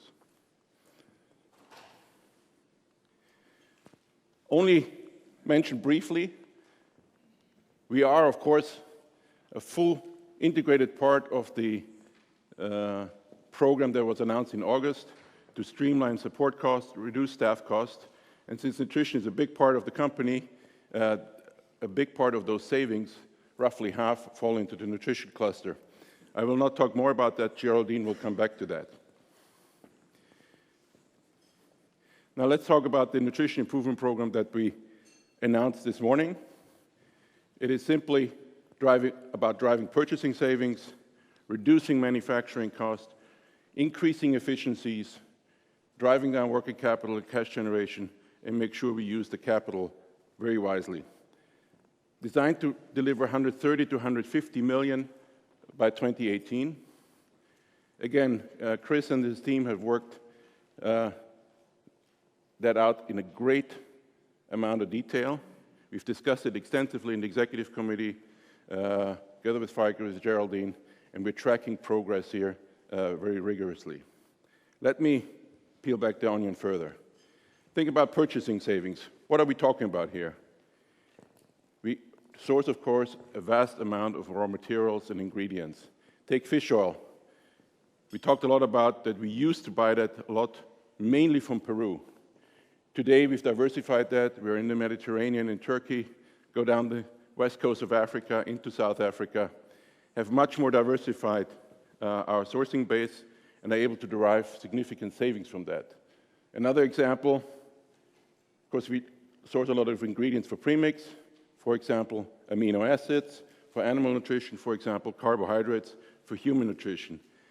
To drive purchasing savings across the premix network, we're confident we can generate these savings. On top of that, we have, of course, indirect savings like pumps in the plant. Also here, we have an aggressive program. Fixed cost reduction, this is all about taking headcount out in parts of the operations where we have that are not fully utilized. Then let's go to the efficiencies. On the one hand, it is debottlenecking. It is about getting the rate up in parts of operations that are already sold out. And on the other hand, it is about increasing yields, whether it's material yields, energy yields, to drive down unit cost. Let me peel back the layer, one more layer of that onion. You see here the summary of the efforts that an expert team took each site, looked at all the unit operation in each site, and identified which measures can be taken to further drive down cost, to further increase efficiencies, resulting in over 400 measures. Each of these measures or projects have very clear targets, have an owner, have a timeline to deliver those savings. More than a third of those are Six Sigma projects or Lean Sigma projects. Just give you one example, doubling the spray drying capacity without building a new spray dryer, changing control software, changing out some nozzles, is one example of those. Let me switch from efficiency improvements to cash generation. Working capital, clearly an area that we've not been happy about in the nutrition cluster. I know you also have not been happy about that, and we've discussed that before. Well, I'm glad to say we are on our way. When you look over the last 12 months, we've gone from the high 30s as a percentage of revenue to the low 30s, and we can do more. The way this is done is really in two steps. The first step is kind of the fundamentals, remapping the whole supply chain, remapping where our inventory is and how we can improve that, changing transportation policies. It is also understanding in detail what causes the inventory to be at a certain step. Chris and his team have mapped out in great detail how that works. And just let me give you one example. When we have inventory on hold, waiting for quality release, how can we shorten that time? By mapping that out, working through the whole ERP system, the guys were able to reduce the release time by 20%. It's one of these elements that helps drive this reduction. So for every product, at every location, there is a clear target in terms of what needs to be accomplished, and then it's managed on a weekly and monthly rhythm. More midterm, they are introducing a so-called integrated business planning process. And it sounds very big. It is also a big effort, but it is designed to align the financial planning and the physical planning into a single system. There is one supply picture, there is one demand picture, and to run the business in an integrated way with a management cycle on a weekly and monthly cycle. Driving down cost, driving down working capital, obviously is not enough. We need to grow the top line. In particular, on the human nutrition side, we had to relook how we organize the front end of the business. When we did the initial integrations, we mainly focused on the back end, the back office, do some sales training. We went back, upgraded the organization, and simplified the front end of the human nutrition business. I will come back to that in more detail.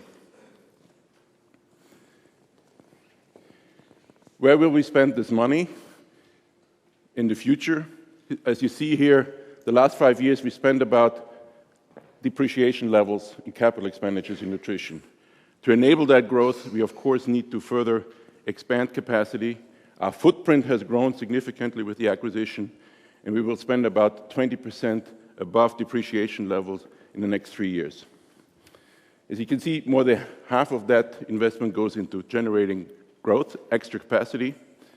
We spend only about 2% of our revenue on maintenance, which is really world-class, and that is well controlled. You see some of the examples on where this capital expenditure is going, and I will come back to that as we work through the individual businesses. Let me then go into the growth strategies of the individual businesses. Let's start with animal nutrition. Before we dig in, let's take a step back. What is driving growth in animal nutrition? Growth is driven really by very powerful macro trends. Those macro trends are really driven or underpinned by demographics. Demographics don't change from one day to another. Let me remind you, growing population, 7 to 9 billion, increasingly well off. When people are better off, they start to immediately want to eat animal protein, meat, milk, egg, fish. Now, as we expand that protein consumption and production, we start to hit the limits of the planet, environmental concerns. So this increased protein to production needs to be done very sustainably. And this is where DSM is right in the sweet spot. We help our customers to sustainably produce animal protein and allow them to have higher productivity, better animal health, better feed conversion, and lower emissions. Feike already went through what is our industry space. So in this 10 billion market of specialty feed ingredients, we're active in more than half with a good share. We're driving further downstream with our premix plant and increasingly with more service, including solutions. I'll come back to that, addressing the markets that you see there. We are particularly at home in poultry and in swine, and we see significant growth opportunities to further penetrate ruminants, particularly dairy, aqua, and pet. Before we look forward, it's good to look back where you're coming from. When you look back over the last 5 years, where have we grown?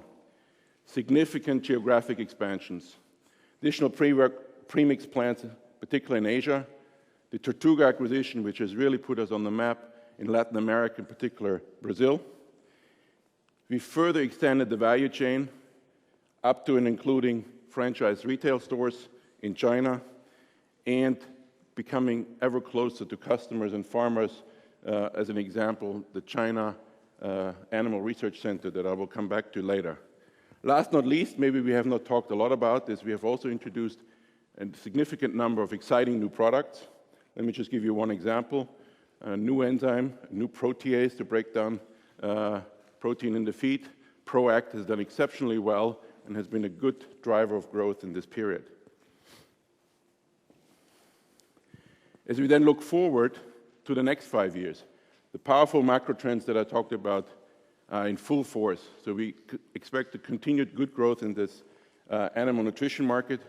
Of course, we will have variability that you have in agriculture, and animal disease here, a grain price spike there, but fundamentally underlying growth drivers are very strong. How will we grow this business?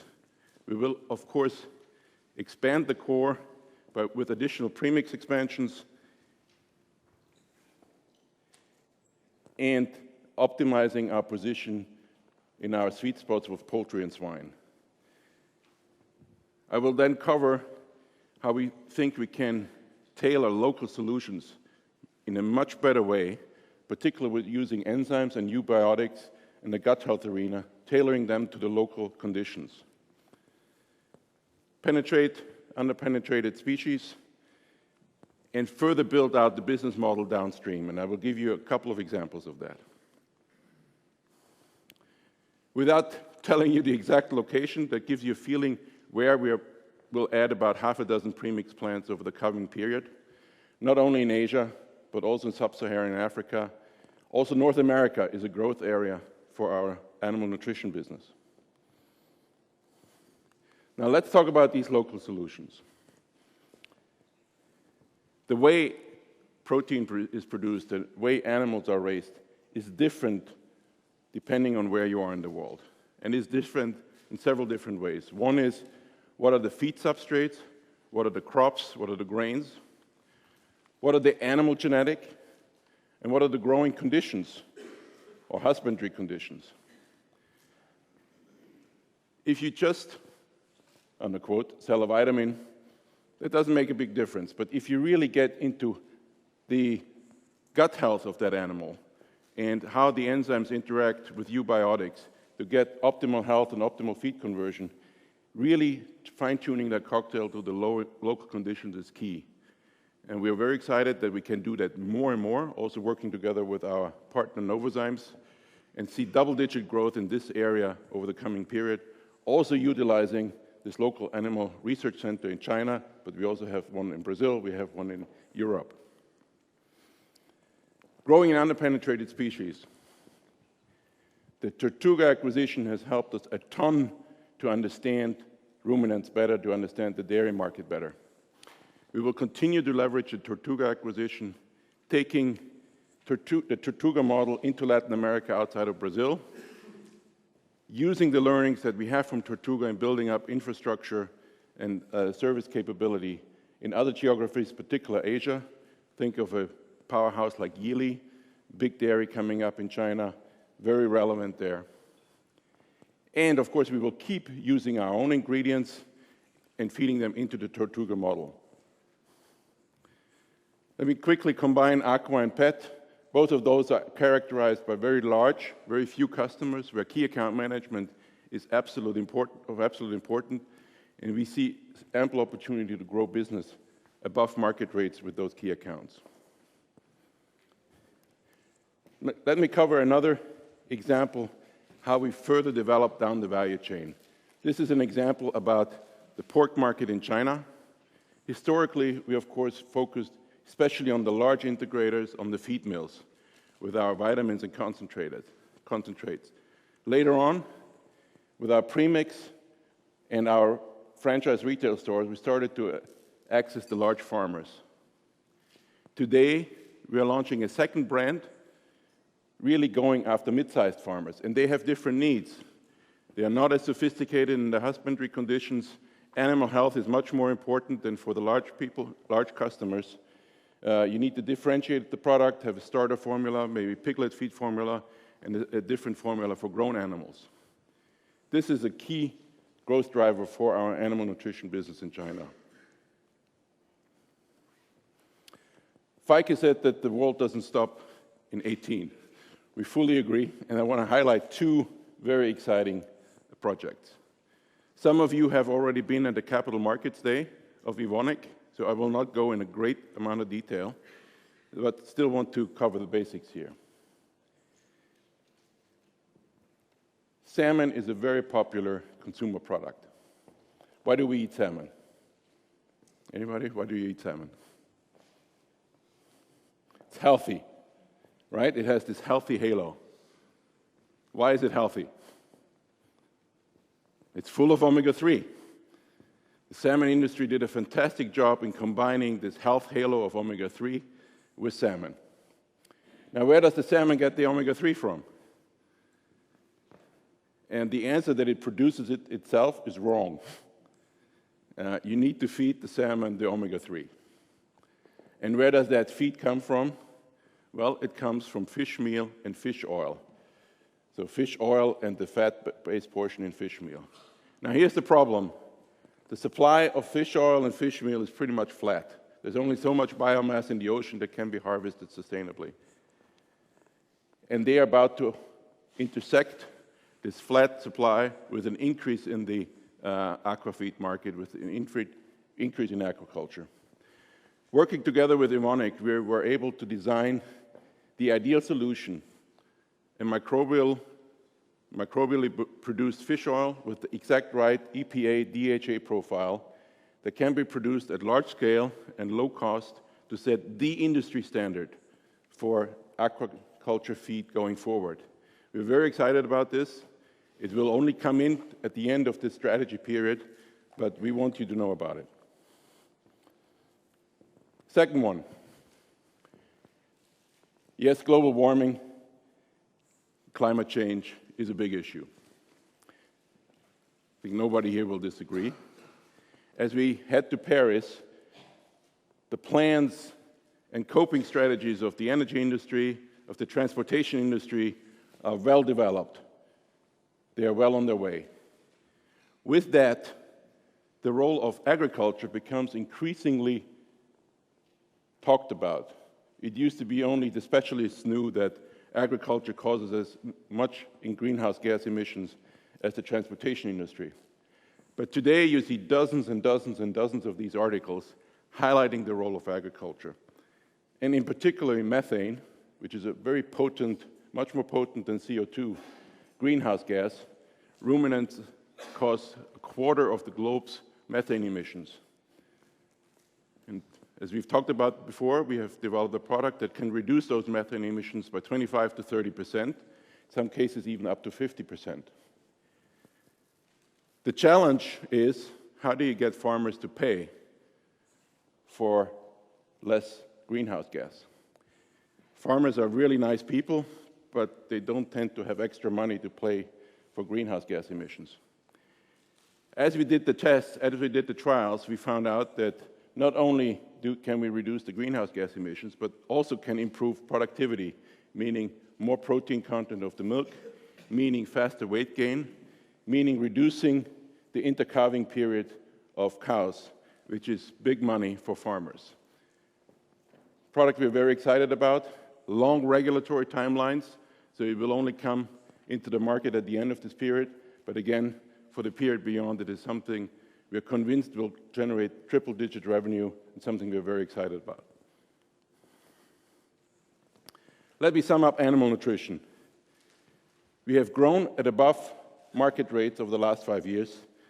As Feike said, if you would discount for vitamin E, even much more. And we expect to continue to grow at above market rates in the coming period. Double-digit growth with the local solutions around with enzymes and eubiotics, growing in segments where we could be better or bigger, like aquafeed, like ruminants, like pet, leveraging the learnings from Tortuga into the rest of Latin America and the rest of the world, and of course, further building out our premix business.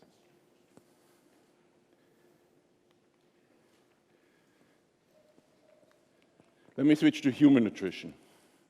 And again, let's first take a step back. The fundamental growth drivers of the human nutrition market, the human nutrition business, are fully intact.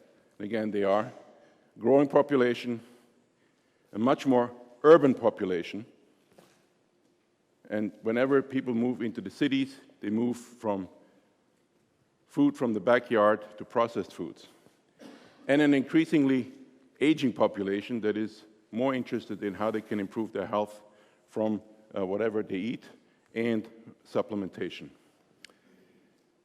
Now, we also have learned that consumers, particularly in North America, are a bit more fickle than animals when it comes to comply with science. Sometimes they listen more to pseudoscientists, so-called talking heads on TV, peddling their latest view or their latest book. And we had to become more agile on how to respond to that. This is a new skill set that we are developing.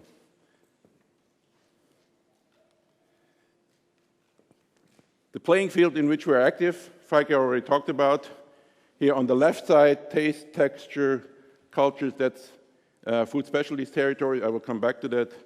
Talking now about the nutritional ingredients, which is about a quarter of the specialty food ingredient space. So we have a very strong market share. As you know, we're going down the value chain. I come back and addressing these markets. In some of these segments, we are very well penetrated, for example, early life nutrition. In others, we can do better. For example, dietary supplements, we can do even better. Now let's look back at the last 5 years. Very nicely built out our portfolio and our footprint. Martech acquisition has done fantastically well. With the addition of Ocean Nutrition, we are the standard bearer in the nutritional lipid space. We have introduced new products from carotenoids to new nutritional ingredients like tolerase, like Oatwell. And we've extended our position down the value chain with Fortitech. And most recently built out the retail-ready solutions business that I will talk about. Now, we also have to admit, not everything was great in this area. On the one hand, we faced difficult market conditions in North America. Clearly, our customers with A brands who are in the center of the store are under pressure. A, from declining volumes, and B, from private label. How do they react? They save cost, they defortify, and they are much more tough in their purchasing behavior. In addition, we have a declining category with fish oil-based supplements for a while, even today, and multivitamins. We also have to admit, while we addressed this tough market in North America, we were also busy integrating all these acquisitions and had to check on how our organization is performing, and also had to make some changes, and I will come back to that in a minute. As we now look at the next 5 years, it's good to remember that the fundamental growth drivers of the human nutrition business are fully intact. Yes, we have faced those challenges, but when you look at it on a global basis, this is a growth business. Now, how will we get back to above market growth? On the one hand, clearly the focus is on repairing growth in North America, and I will come back how we do that. Secondly, we have a fantastic business with eye health, our B2C business that grows double digits, and we will continue to support that business. And of course, we will keep using our premix business as a weapon and leveraging especially our vitamin C acquisition. We'll keep introducing new products. In particular, we'll highlight the omega-3, MEG-3 platform that we are constructing that will hit the marketplace early next year, something we are very excited about. I will cover retail-ready solutions and other forward solutions like malnutrition solutions that increasingly gain traction. There are additional segments we can penetrate. I will focus on the pharma segments, but you see we're also excited about sports nutrition, clinical nutrition, and new ingredients for early life nutrition. Last but not least, I will cover how we have up-tuned the organization in human nutrition to ensure we have good execution on the growth opportunities in front of us. So let's come to how we repair growth in North America. We've discussed before, when we first hit big potholes in the omega-3 market, we were kind of frustrated that all these talking heads were talking and nobody was talking back. And it was especially because there were no brands in this business. Nobody engaging the consumer, writing the story. And that's especially frustrating when you deal with an ingredient that has one of the best science behind it of any of the nutritional ingredients. It is therefore that we are especially excited about this Bayer Ultra Omega launch under their ProHeart brand that is doing very well and that is re-energizing the category. We're also working closely with others, MBTY, PharmaWhite, and getting back on the front foot in the omega-3 business. Another example how we will repair growth in North America is, of course, leveraging our vitamin C acquisition. Vitamin C is the biggest, largest ingredient in human nutrition. It is in almost every premix. And having both our Scottish facility and our Changshan facility at our disposal, we are able to access more segments, become relevant to more customers than ever before.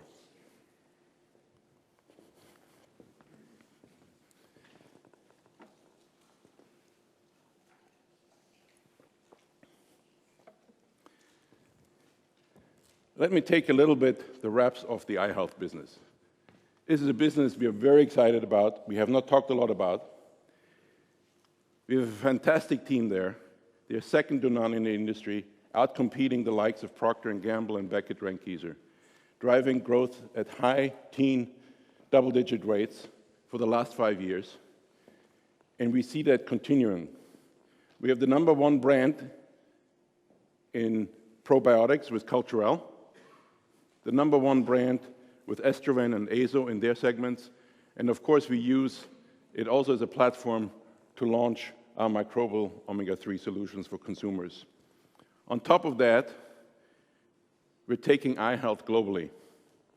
We've been very encouraged by the initial response from launches in China, in Hong Kong, and Korea. So we see double-digit growth continuing for the eye health business.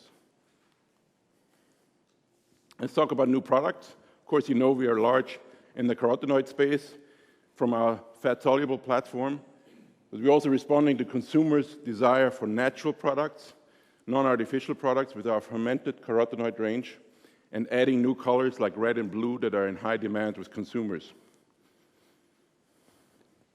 Now let me talk about what we're doing here, creating a new platform for our omega-3 fish oil business. We're in the final stages of constructing and upgrading the facility in Mulgrave, Canada, that does a number of things, but in very simple terms, it is able to concentrate very basic inputs up to an 85% concentration level in one step. That allows us to much more diversify where the fish oil comes from, being much less dependent on single source. Secondly, it of course allows us to lower our purchasing cost, as I said before. Thirdly, it is a much lower manufacturing cost process. By the way, it also allows us to increase capacity. And last not least, but most importantly, it allows us to create very exciting products. As I said, up to 85% concentration level, finely tuning EPA and DHA level, depending on what the customer wants, what the positioning the customer wants to utilize for that product. We have discussed this with customers. They are very excited about this. It will hit the marketplace at the early part of the second quarter next year. Just as a reminder, that marketplace is 30% concentration, which is the standard oil. It is moving to 70% concentrated.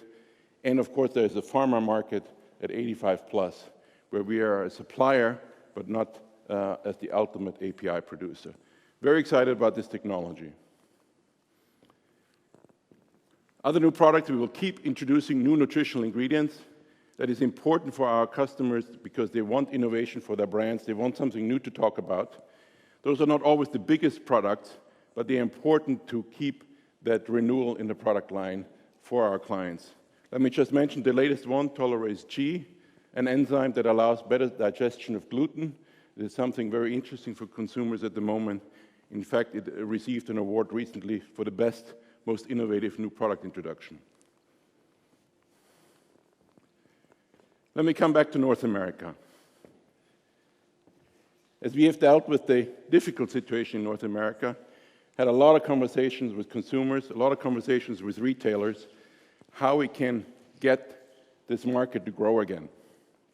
And it became clear to us that it is indispensable to have that direct conversation with the consumer, to have that direct conversation with the retailer. And for that, to create an offering that engages the consumer. We've been able to develop offerings that resonate with the retailer and the consumer at the same time. Here you see an example of Walmart's Nature's Valley with our vitamin E in it. These are products that come ready from DSM. We even utilize some of the equity that we have developed as part of the Go Ahead campaign for the in-store displays. Another example was Walgreens. Now, some of you have asked, well, aren't you going against your customers here? Isn't that a problem? And I admit, in the beginning, we stumbled a little bit. We ruffled some feathers. We had to repair relationships. But the current team in North America has been able to really develop trusting, synergistic relationships with our customers. Let me give you an example. GNC is, of course, a big brand owner. It's a customer of ours. We love to supply them with ingredients. GNC also has a big private label capacity under the Nutra label. They would love nothing else than for us to help fill that private label capacity. Well, guess what? That's what we're doing. And by really discussing this in detail, how can we work together to help the overall growth of the market, we've been able to build these strong relationships, not only with GNC, but also with PharmaWhite, with MBTY, to get back on the front foot in the nutritional supplement business in the US. Let's move all the way around the world to Asia. Same high-level concept, different execution. You see here an example from the Philippines, where we create the complete finished package for the customer. They even highlight us in their billboard here. That's how they sell the products there. Or an example from New Zealand where we make the final sports nutrition drink ready to go to retail out of our New Zealand facility. Let me cover one more forward solution, malnutrition solution. Malnutrition is a topic that we care very deeply about. We have been advocating heavily for the last decades about the importance of malnutrition, and the development community is now fully in line with the fact that nutrition for the first 1,000 days, from conception, in fact, from before conception to the 2 years of age, is of vital importance to the development of any child. That means that we supply more and more of these forward solutions, like these mix-me powders that you can sprinkle on whatever your local food is to get your micronutrients. We supply more and more of these to development agencies like WFP and UNICEF.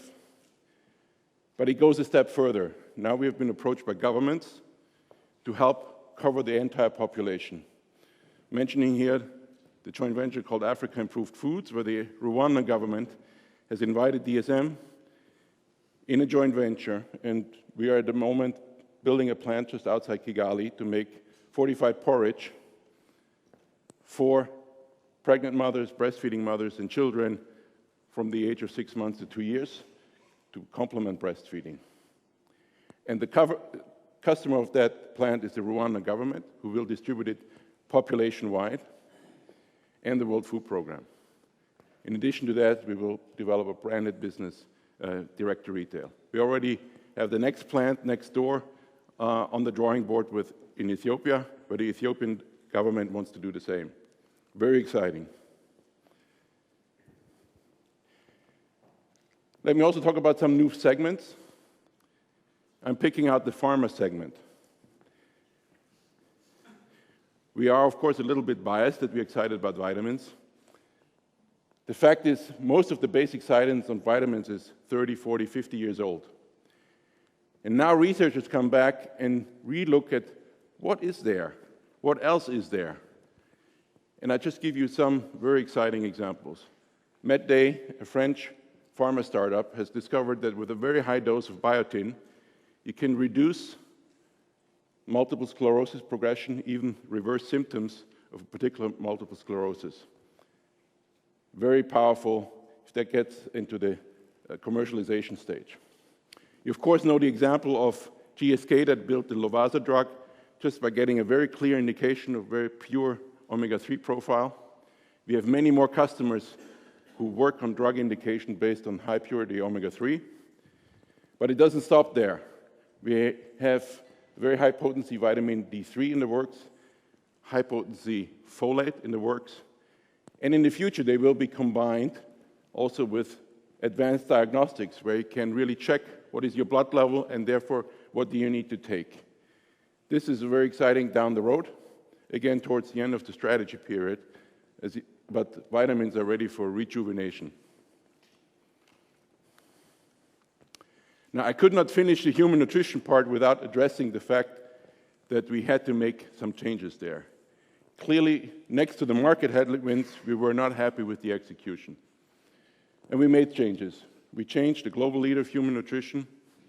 We changed the North America leader and a significant part of the North America commercial and sales team. And we changed the Latin American leader. Together with those changes, we also created a very dedicated program, internally referred to as Liftoff, to make sure that we simplify the front end of the human nutrition business, get it very much focused on clear segments with clear market segment plans, segment the customer base so that we are with winning customers and have an increased ability to win projects. More and more of our business is solution-based, project-based, and the win rates are obviously very important. So we are having an upgraded organization in place with more sophisticated tools and a weekly and monthly management performance rhythm that ensures execution. Because we have this in place, we're confident we can drive growth in the human nutrition business back at above market rates. So let me summarize human nutrition. Clearly, we will repair growth in North America. We will continue to have double-digit growth from our eye health business, a real gem in the portfolio.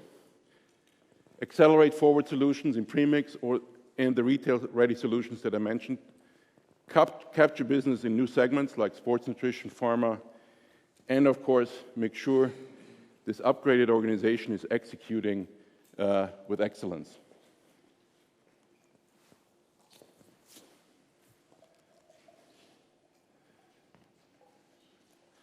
Let me now switch to the food specialties business. This is a business that has been growing very nicely, and we expect it to continue to grow very nicely. Of course, in our exciting markets like enzymes, cultures, savory, but we're also adding new platforms, new products like the texture business. We have a development project around stevia sweeteners, and we find they are actually fit very nicely with our enzymes business. For example, being able to create sugar reductions in yogurts with better texture, better taste for up to 30–40%. And of course, we further build out our offering to the dairy platform, combining tests, combining enzymes, combining our cultures business. For this business, pretty much everywhere outside Europe is still a high-growth economy, growing in North America, in Asia, and Latin America. And we will further build out the platforms around oils and fats, add the sweetener platform, digestive, and customized taste. An exciting area for us that has grown, has done well, has grown well, and will continue to do well. Let me wrap it up. We are in markets that are fundamentally growing, powered by powerful trends, strong macro trends. Animal nutrition will keep going. Human nutrition, we clearly are back on the front foot. That will drive above market rates in the top line. Very clear target, high single-digit EBITDA improvements. Aspiration to get the profitability back to 18–20%, with a clear target to get ROCE improving every year, high double-digit basis points. And continue to drive cash generation, make sure we spend the money wisely. With that, let me thank you and let me hand you over to Geraldine, who will put it all back together for you. Thank you very much. Thank you very much, Stefan.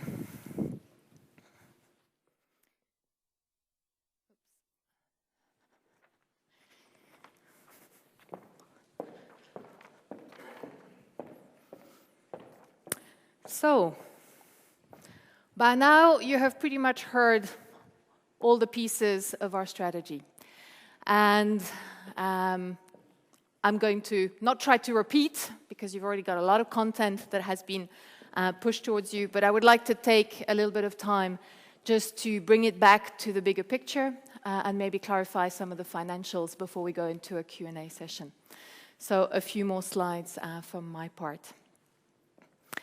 I will do that by going through this very simple agenda, which is to talk a bit about the financial targets, the sensitivities around that, and just remind you of our financial policies overall. We started this afternoon with this picture, which is our strategy. Now, our strategy is to grow both the nutrition business and the performance materials business. And we're going to do that supported by the mega trends that remain still highly relevant, and I hope that through these presentations you see that, and the fact that we have put in place over the last few years all the growth drivers that we need, be it our presence in the high growth economies, the innovation, the sustainability drives that we have. We're going to do that, and during that period we will drive the financial results of the company. And this is what my slides are going to be obviously focused on. One way of showing this is these nice little bubbles. On the top part, these are the two targets. Now, let's be clear, we have deliberately aimed to be focused. Focused in two ways. Focused in the duration, as Feike highlighted when he started. We chose to go from 5 to 3 years in order to drive a sense of urgency within the organization. This is really important, particularly on the two subjects of driving the improvement programs and the cost savings, but also the organizational change. You do not drive these kind of things over a 5-year period. You need focus, it needs to happen, and it needs to happen quickly and efficiently. So choice number 1 is to make it shorter. Choice number 2 is to restrict the number of targets. There has been comments that maybe in the past it was not crystal clear, as much internally as potentially partly externally, what it is that we're focusing on. So this time it is clear. We're focusing on growing our EBITDA, and we're focusing on the ROCE. Now, those don't happen just on their own. There's a lot of how, and I'm going to give you a bit more color on the how, but let's be clear, what are the 2 targets? They're the blue ones on this slide. There are 3 key pillars to doing this. You've heard a lot about growing above market growth rates. I'll come back on that a bit. You've heard a lot about our improvement programs. I'll give you a bit more color on that. And finally, there's all the capital efficiency side, of course, of the equation. And here I'm splitting it on working capital and capex, which are the 2 obvious pieces. Let me run through them. Firstly, the top line. Now, allow me to look back for a second and just pause and think about what DSM has done in the last 5 years. A very simple flow chart here that highlights the 2 pieces of the storyline. Firstly, a big M&A portfolio change. You know, when you look at it from a revenue point of view, 3.1 billion of turnover has been repositioned. Now, that is significant. And as you know, the last piece of that was actually done this year with a deal with CVC. So this is recent history. Now, on the other side, you have heard about the acquisitions have come in. A lot of you know as well.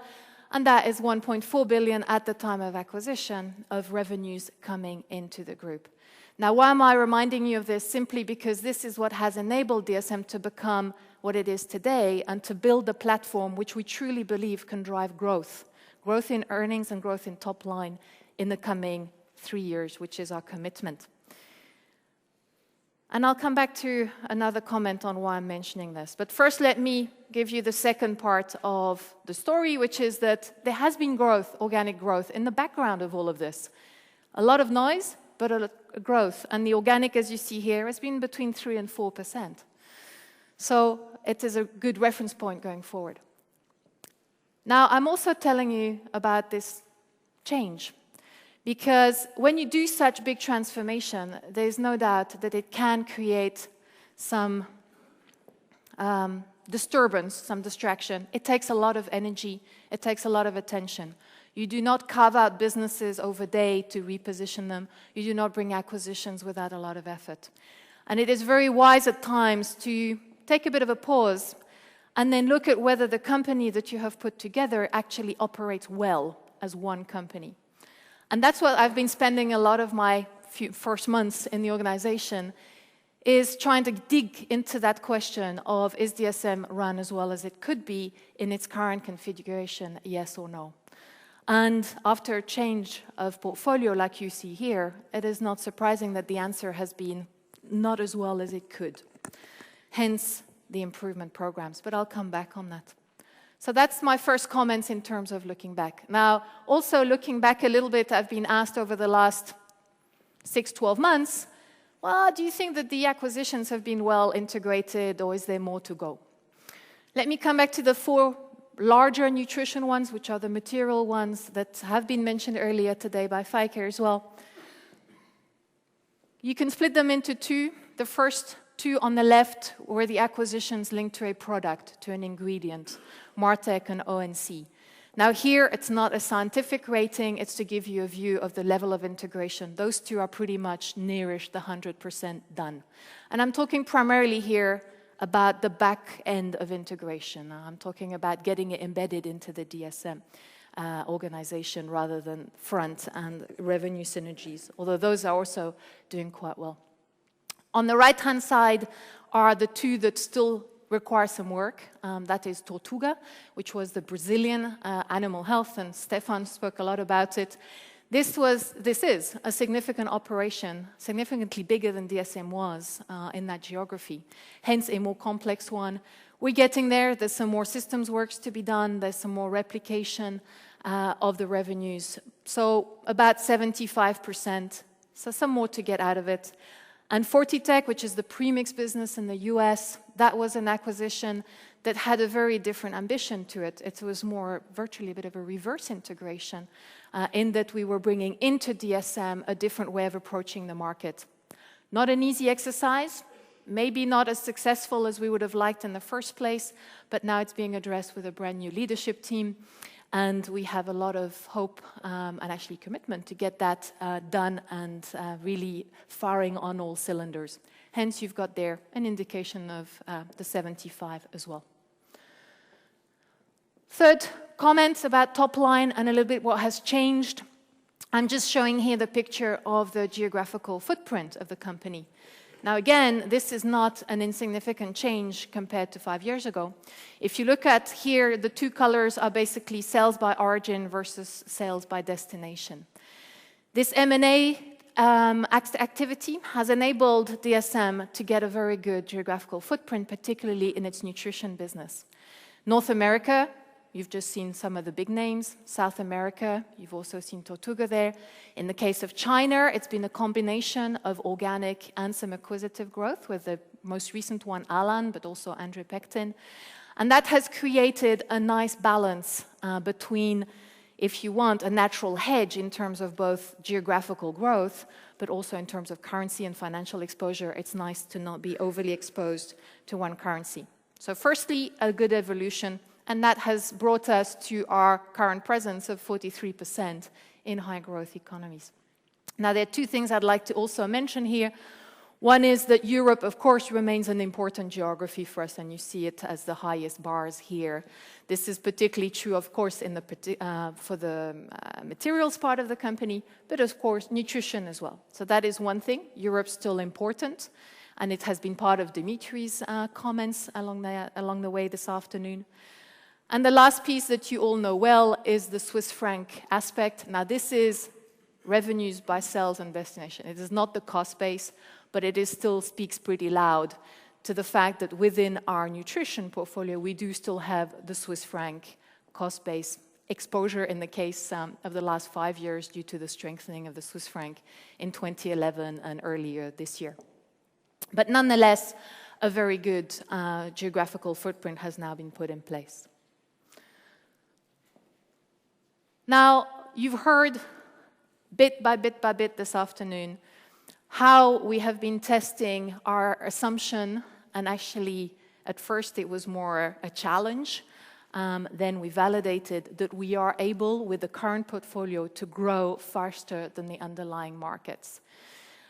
This has not just been a tagline. This is something that has been worked at in detail, and you have people in this room that you will be able to interact with later today that can testify to the extent to which we went in validating this, because this is not a small claim, and we realize it's not a small claim.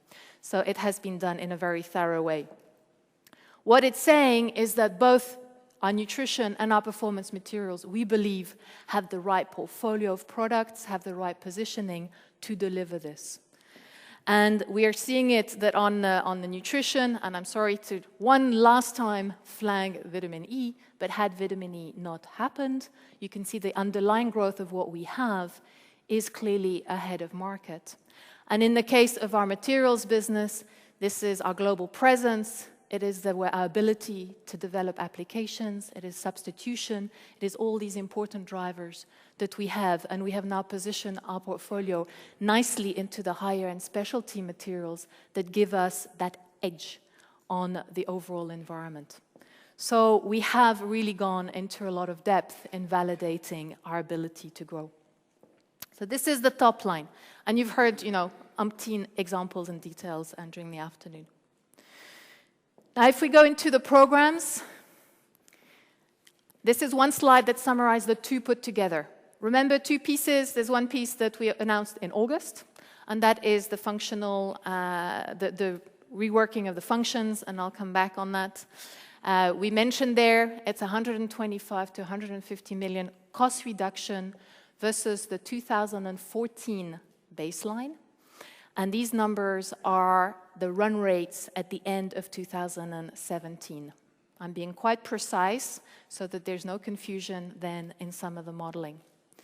In the case of the nutrition program, which is announced today, and Stefan told you a lot more about what it involves, we're looking here at 130 to 150 million by 2018 versus a baseline 2015. So those are the two components. And we've got here an additional little dotted circle for materials, because as Dimitri mentioned systematically and correctly, materials will not stop on its drive to drive efficiency that has started in the past but will continue. Now in the middle, I wanted to give you an idea of the phasing. So that's the graph. You heard my words in terms of the Darwin, which is the name of our project, the function programs. The run rate is end of 2017, and then we will have the full benefits in 2018, and nutrition will be completing its programs in the year 2018. Now, of course, there are some costs associated to this. Here we're seeing a phasing of about 80 million this year because we are already working on this. We haven't waited for today. And I'm estimating about 100 for next year and then the balance in 2016, just to give you an idea. But there will be a range around that. Of course, we're trying to do it as efficiently as possible. Now, if we talk about the support functions, I could bore you to tears with this because it has been extremely busy work. We have spent months working on this, and I could indeed talk a lot about it. But let me not do that for the sake of time, but highlight a few very important things, because I would like you to really understand that this goes beyond just taking some costs out of the organization.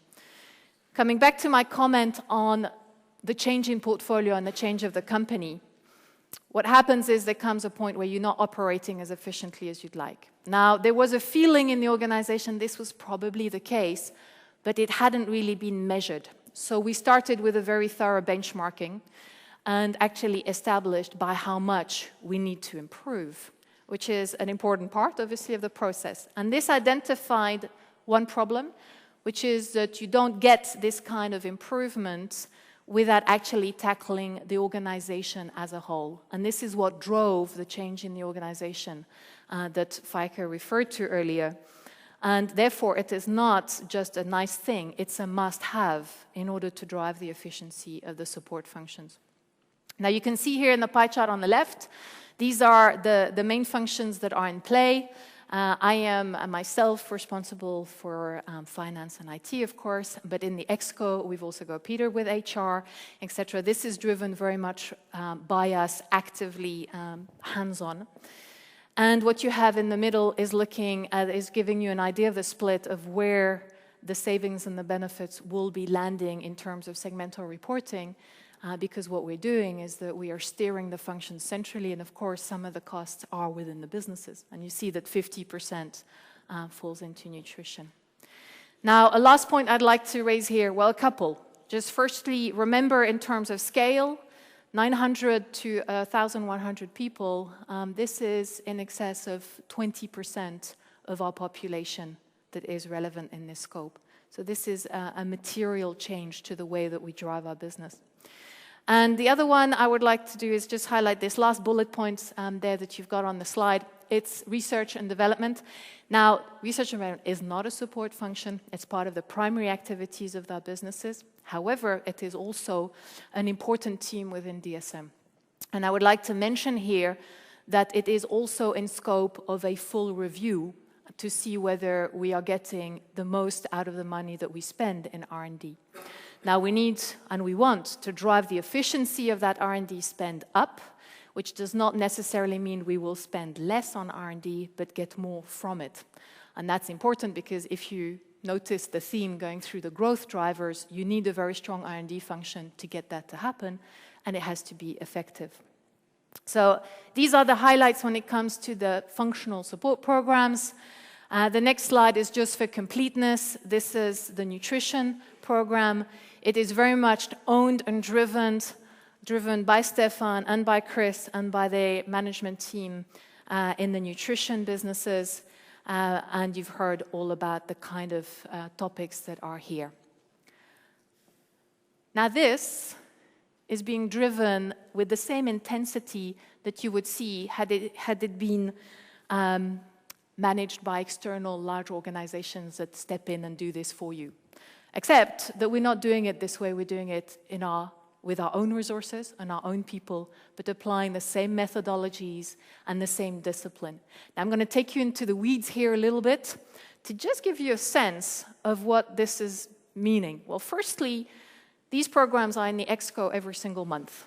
So it's not just, here comes a target, we'll see you in a year's time. Absolutely not. The other thing is that we all have our own accountabilities very clearly defined as to who is responsible for what.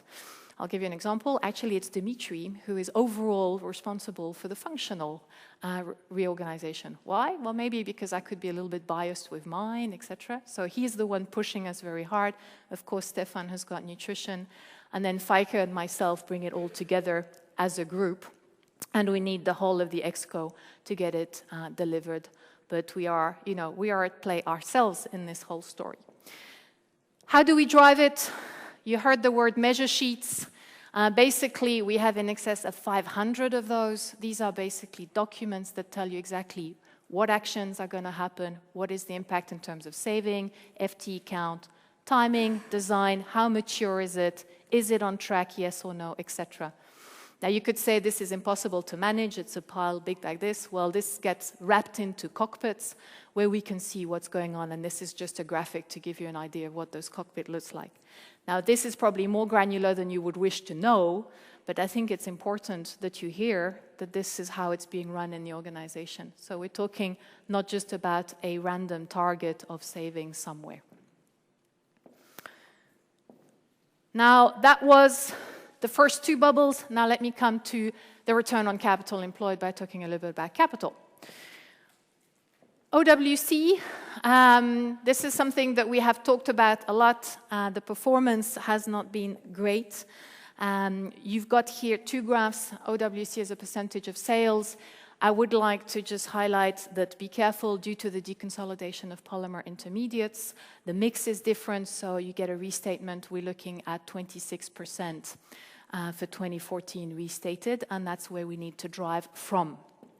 Now, I'm very happy that yesterday with the Q3 results, I was already able to share the fact that we have made a good progress already in 2015. Now, unfortunately, one swallow does not make the spring, and we need to keep ensuring that we drive this. And as you can see, the top line remains, of course, the nutrition business that carries the bigger part of our overall working capital. Now, you've got the split on the right-hand side is about the nature. AP and AR, of course, they're part of the equation, but the one that weighs the most is indeed inventory, which takes that much heavier lifting to get it to improve, including IBP that was mentioned earlier. Now, I would like to flag here, as I have the whole, a lot of attention, that from next year we will actually be reporting total working capital as opposed to operating working capital as a percentage. Now, this is not trying to be funny or a sleight of hand. It's just that we've seen in many occasions actually comparisons that were incorrect because a lot of the peer companies only report total working capital. So here you see an adjustment. It's not saying that because 34 becomes 31, we feel better about it. No, we don't. But you will just see us reporting it from that way, in this way. And what's important on this slide is the last bullet point of what's our ambition over the next 3 years. Now, what I'm highlighting here is that we would like to take total working capital from 22 to below 20. So at least a 200 basis point improvement. Now, I have to say, given what I said yesterday, this may not be as ambitious as we could have taken it. So there may be some upside.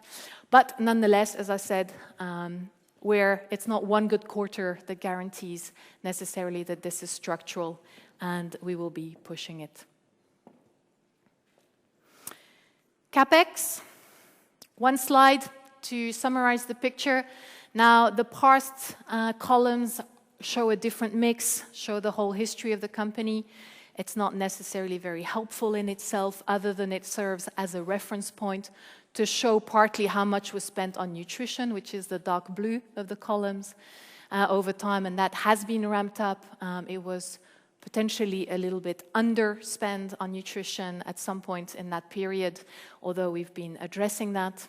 And more importantly is what you see there in the bullet points of what we're going to do over the next 3 years.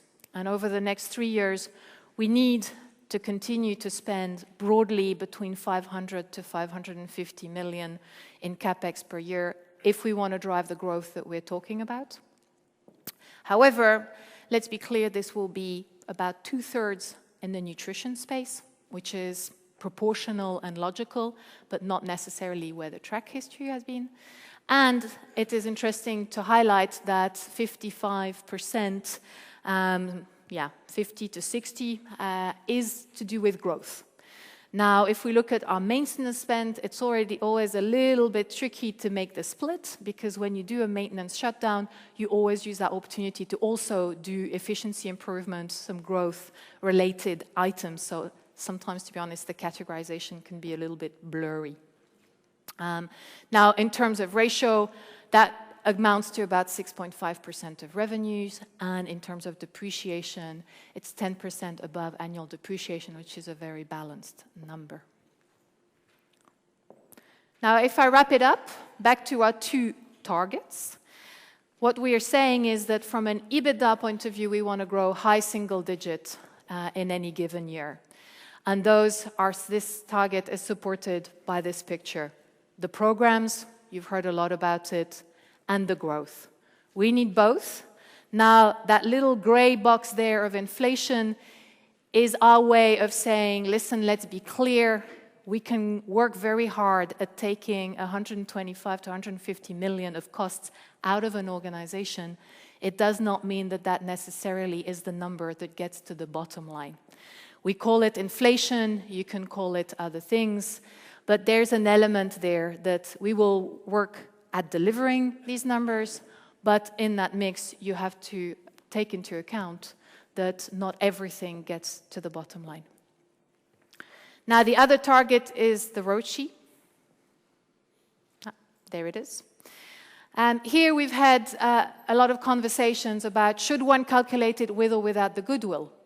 Now, of course, in the case of DSM, you're talking 1.8 billion of goodwill, so it does impact the numbers. So to kill that debate, I've put both.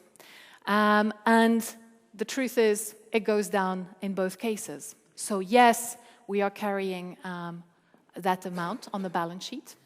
But nonetheless, if you look at the trend over the last 5 years, it has been going in the wrong direction overall as a group. But if you look at the right-hand graph, you actually have 2 things netting off. On the one side, nutrition is the one that has been slipping.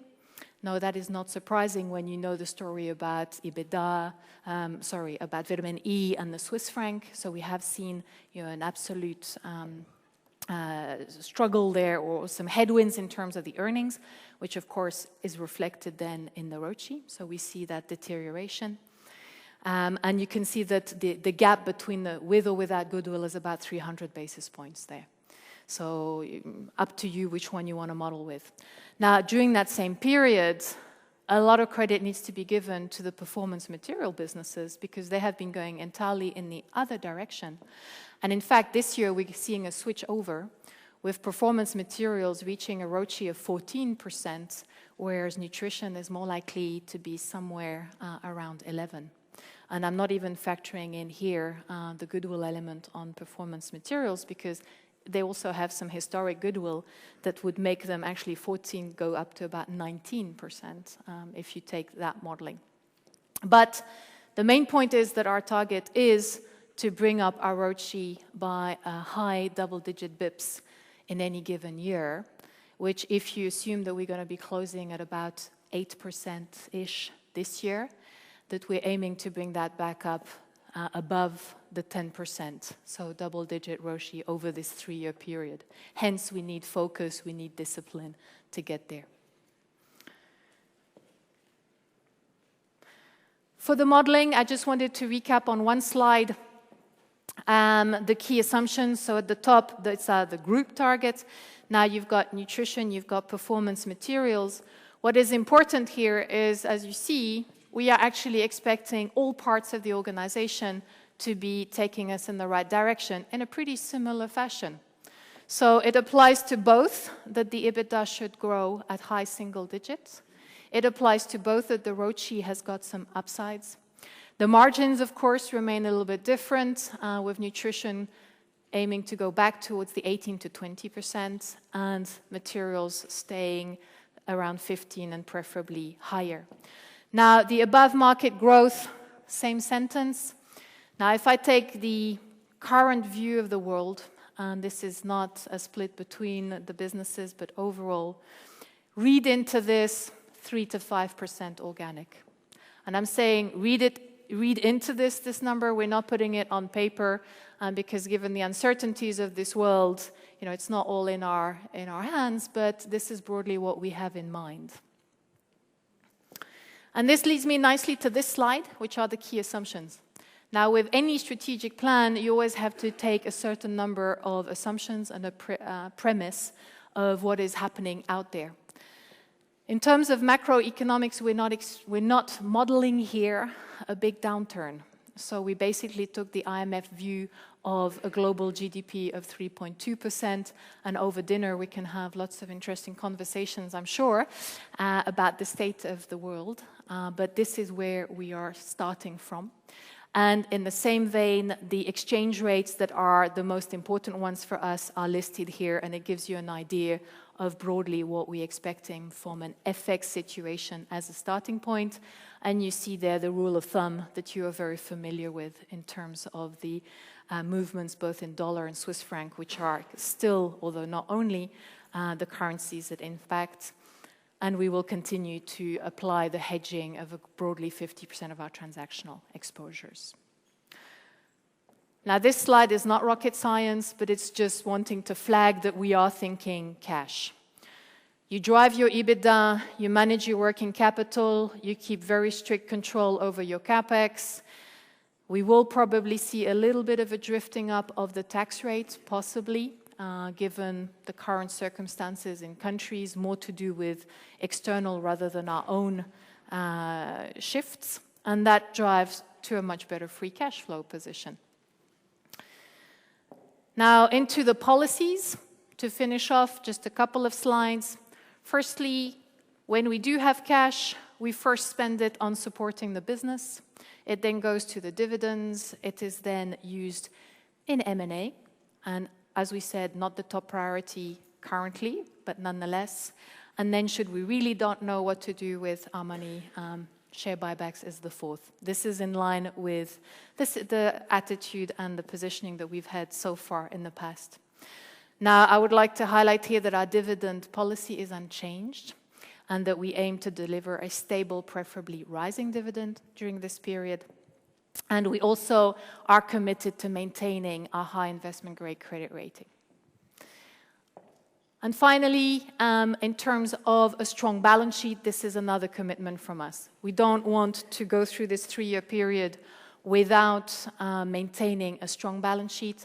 These are the maturities of our long-term funding. We were careful to make sure we don't have any major refinancing hurdles. And you see there that the interest has been coming down bit by bit, and will continue to do that, especially after the latest bond that we refinanced this quarter. Now, in 2015, our net debt went up in the first half, and this is what I'm flagging here, because in there we had some one-off flows linked to derivatives that were quite substantial. I mean, in all for the year, we're talking about 460 million of one-time outflows. Now, the good news is the bulk of that will be behind us by the time we reach December. There's just one last piece in Q4. So from there, you will see a more logical development, I would say, of our net debt over the period. And probably my final comment on this slide, and it was hinted to by Feike earlier, we have our associates. Now, I don't mind which multiple you choose, but when you own in aggregate 240 million of EBITDA, and that in time this EBITDA will be smartly exited, it does mean that we have some liquidity coming our way at some stage of, I would have thought, no less than 1.5 billion. And that is, of course, potentially going to change a little bit this picture in terms of refinancing, etc. To summarize, we're committed to two things. We're committed to drive shareholder value. And you see below here the usual drivers for that. I really do hope that today you have heard about our growth commitment and our positioning in all of the subsegments to substantiate that. You have heard a lot about our cost focus and that we need to drive that over the next 2 to 3 years, all that aimed at bringing up our EBITDA. And then we're committed to do that while maintaining a strong balance sheet. And you see here that in there we do have in mind, of course, the monetization of our JV participations at some point, but also working on the operating cash flow, which is what we have at hand right now to play with and be careful with our cash allocation. Now, this was the wrap-up of all the pieces that you have heard this afternoon. We're going to take a break, and let me have a look at the timing before going into our Q&A. So if we take a 20-minute break, that would bring us to 5:20. So for all of you on the webcast, we will be back in 20 minutes for the final session.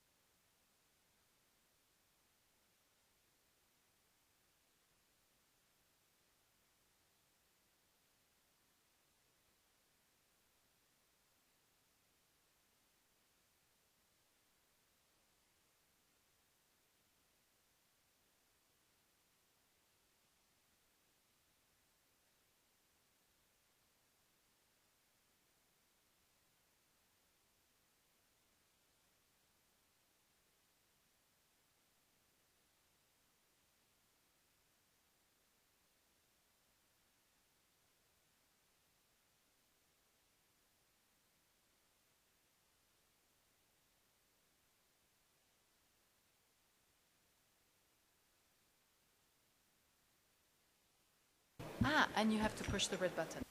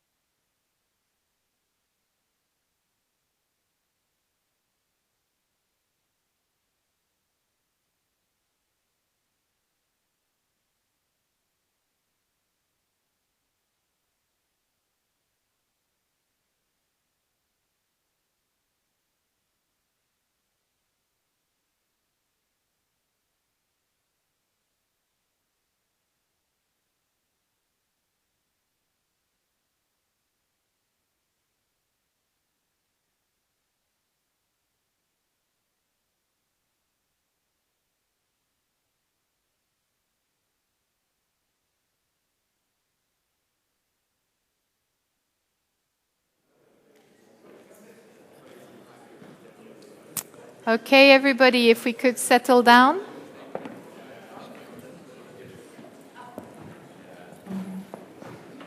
Thank you very much for being very time conscious. Appreciated, particularly on behalf of our guests on the webcast. Now, just a couple of rules of the game for the Q&A. Firstly, because we have the webcast, if you want to ask a question, please don't forget to use the microphones that are in front of you. Now, there is a button to be pressed. You'll get a red light comes on. Ask your question. If you could then not forget to press it again, because otherwise we'll have a lot of clinking noises in the background. So firstly, mics. Second one, if you don't mind saying your name and your organization as you ask the question, I think it makes it nicer for everybody listening as well. And with that, I think we can get started.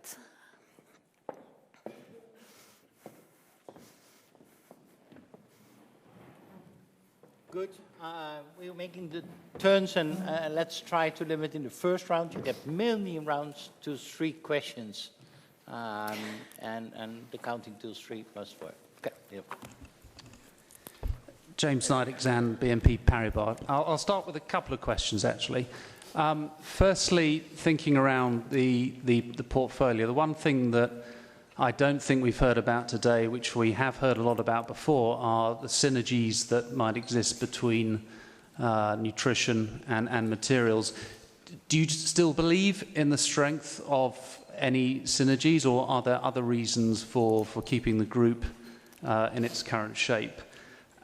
Secondly, different topic, nutrition's 18 to 20% EBITDA margin. How should we think about that? Should we think about that as a performance bandwidth in what we've had before, or should it be a linear improvement to somewhere in that target? Obviously, behind this question are thoughts of vitamin E being at or near a floor, as you presented, the product risk in the portfolio is lower than it was before, and you've got cost cutting. So I'm a bit surprised you set a bandwidth target, if it is that for that, rather than, say, a commitment to get back to a certain level at a certain point. So.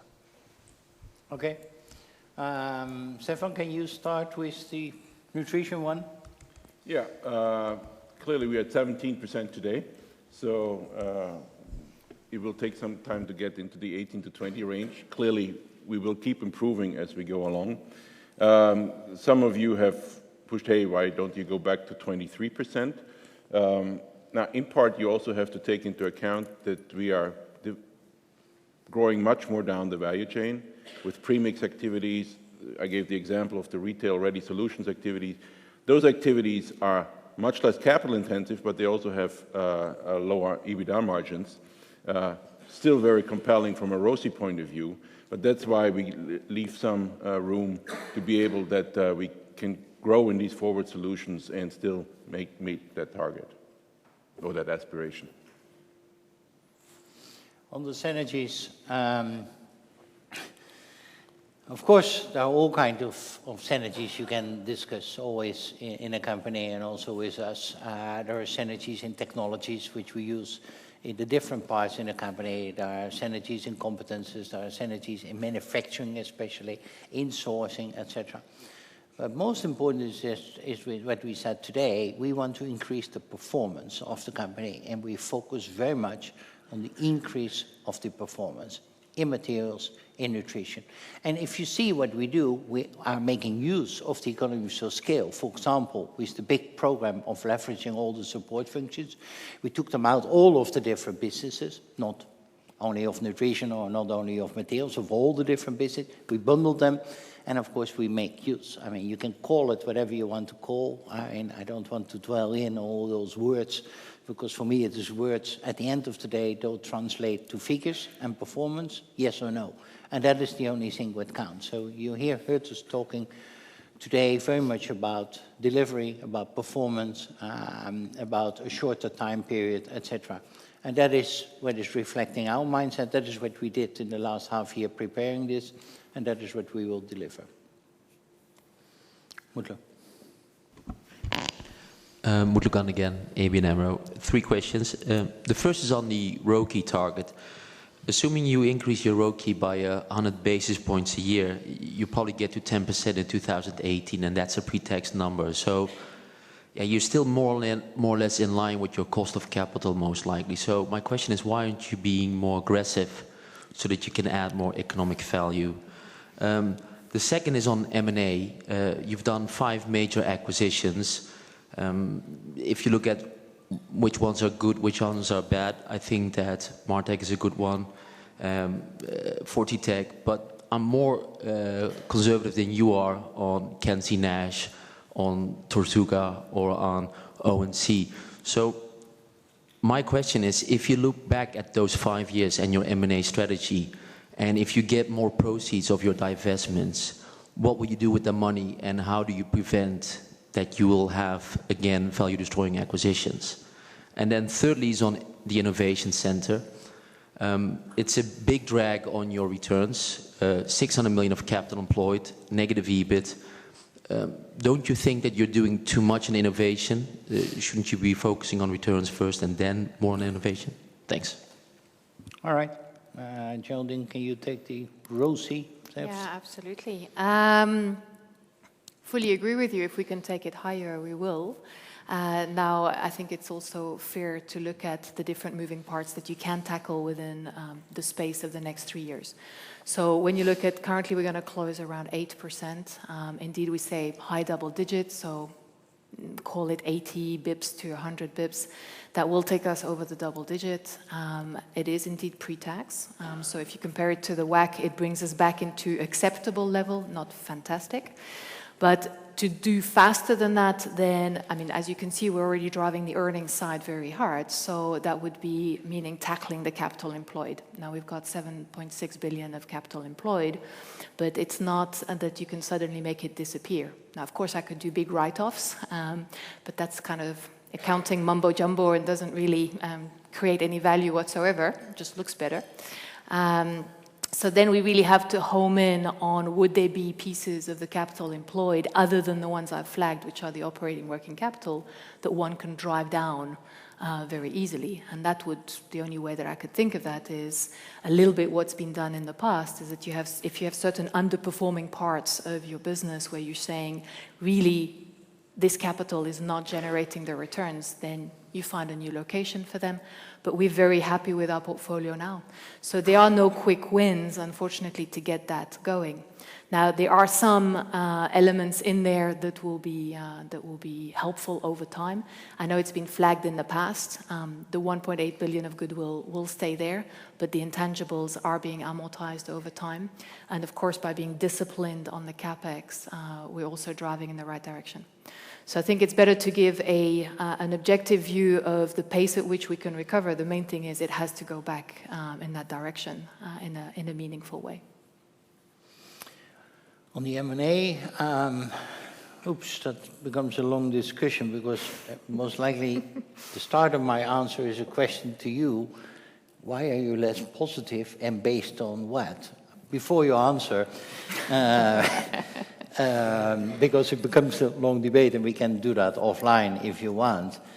But I think that the only way to look to whether that's successful or not is let's look to the facts first and then to the opinions. And the facts indicate that Martech has been performing very well, that Tortuga has been performing very well, that Fortitech has been performing very well, and that Ocean Nutrition has not been performing very well, although I think if I look to what we paid for it and what it is doing right now, it is not a bleeder or a big problem at all. But indeed, it did not deliver the growth at all which we expected.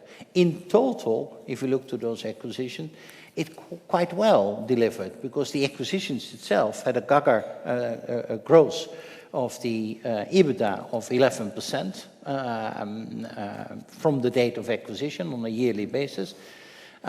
So I think the acquisitions did do well, but you say my opinion is more reserved. I said, fine, I mean, opinions I cannot challenge, so everybody has a right to an opinion, but it's always good to look also a little bit to the facts, to be honest. And the facts indicate that overall it did do well. That bridges me to the fifth acquisition you mentioned, Kenshi Nash, which we flagged also when we acquired it, that we will have, due to the St. Jude business, that we will have a little bit leveling off for stable EBITDA in the beginning, and it needs to take off also from next year onwards.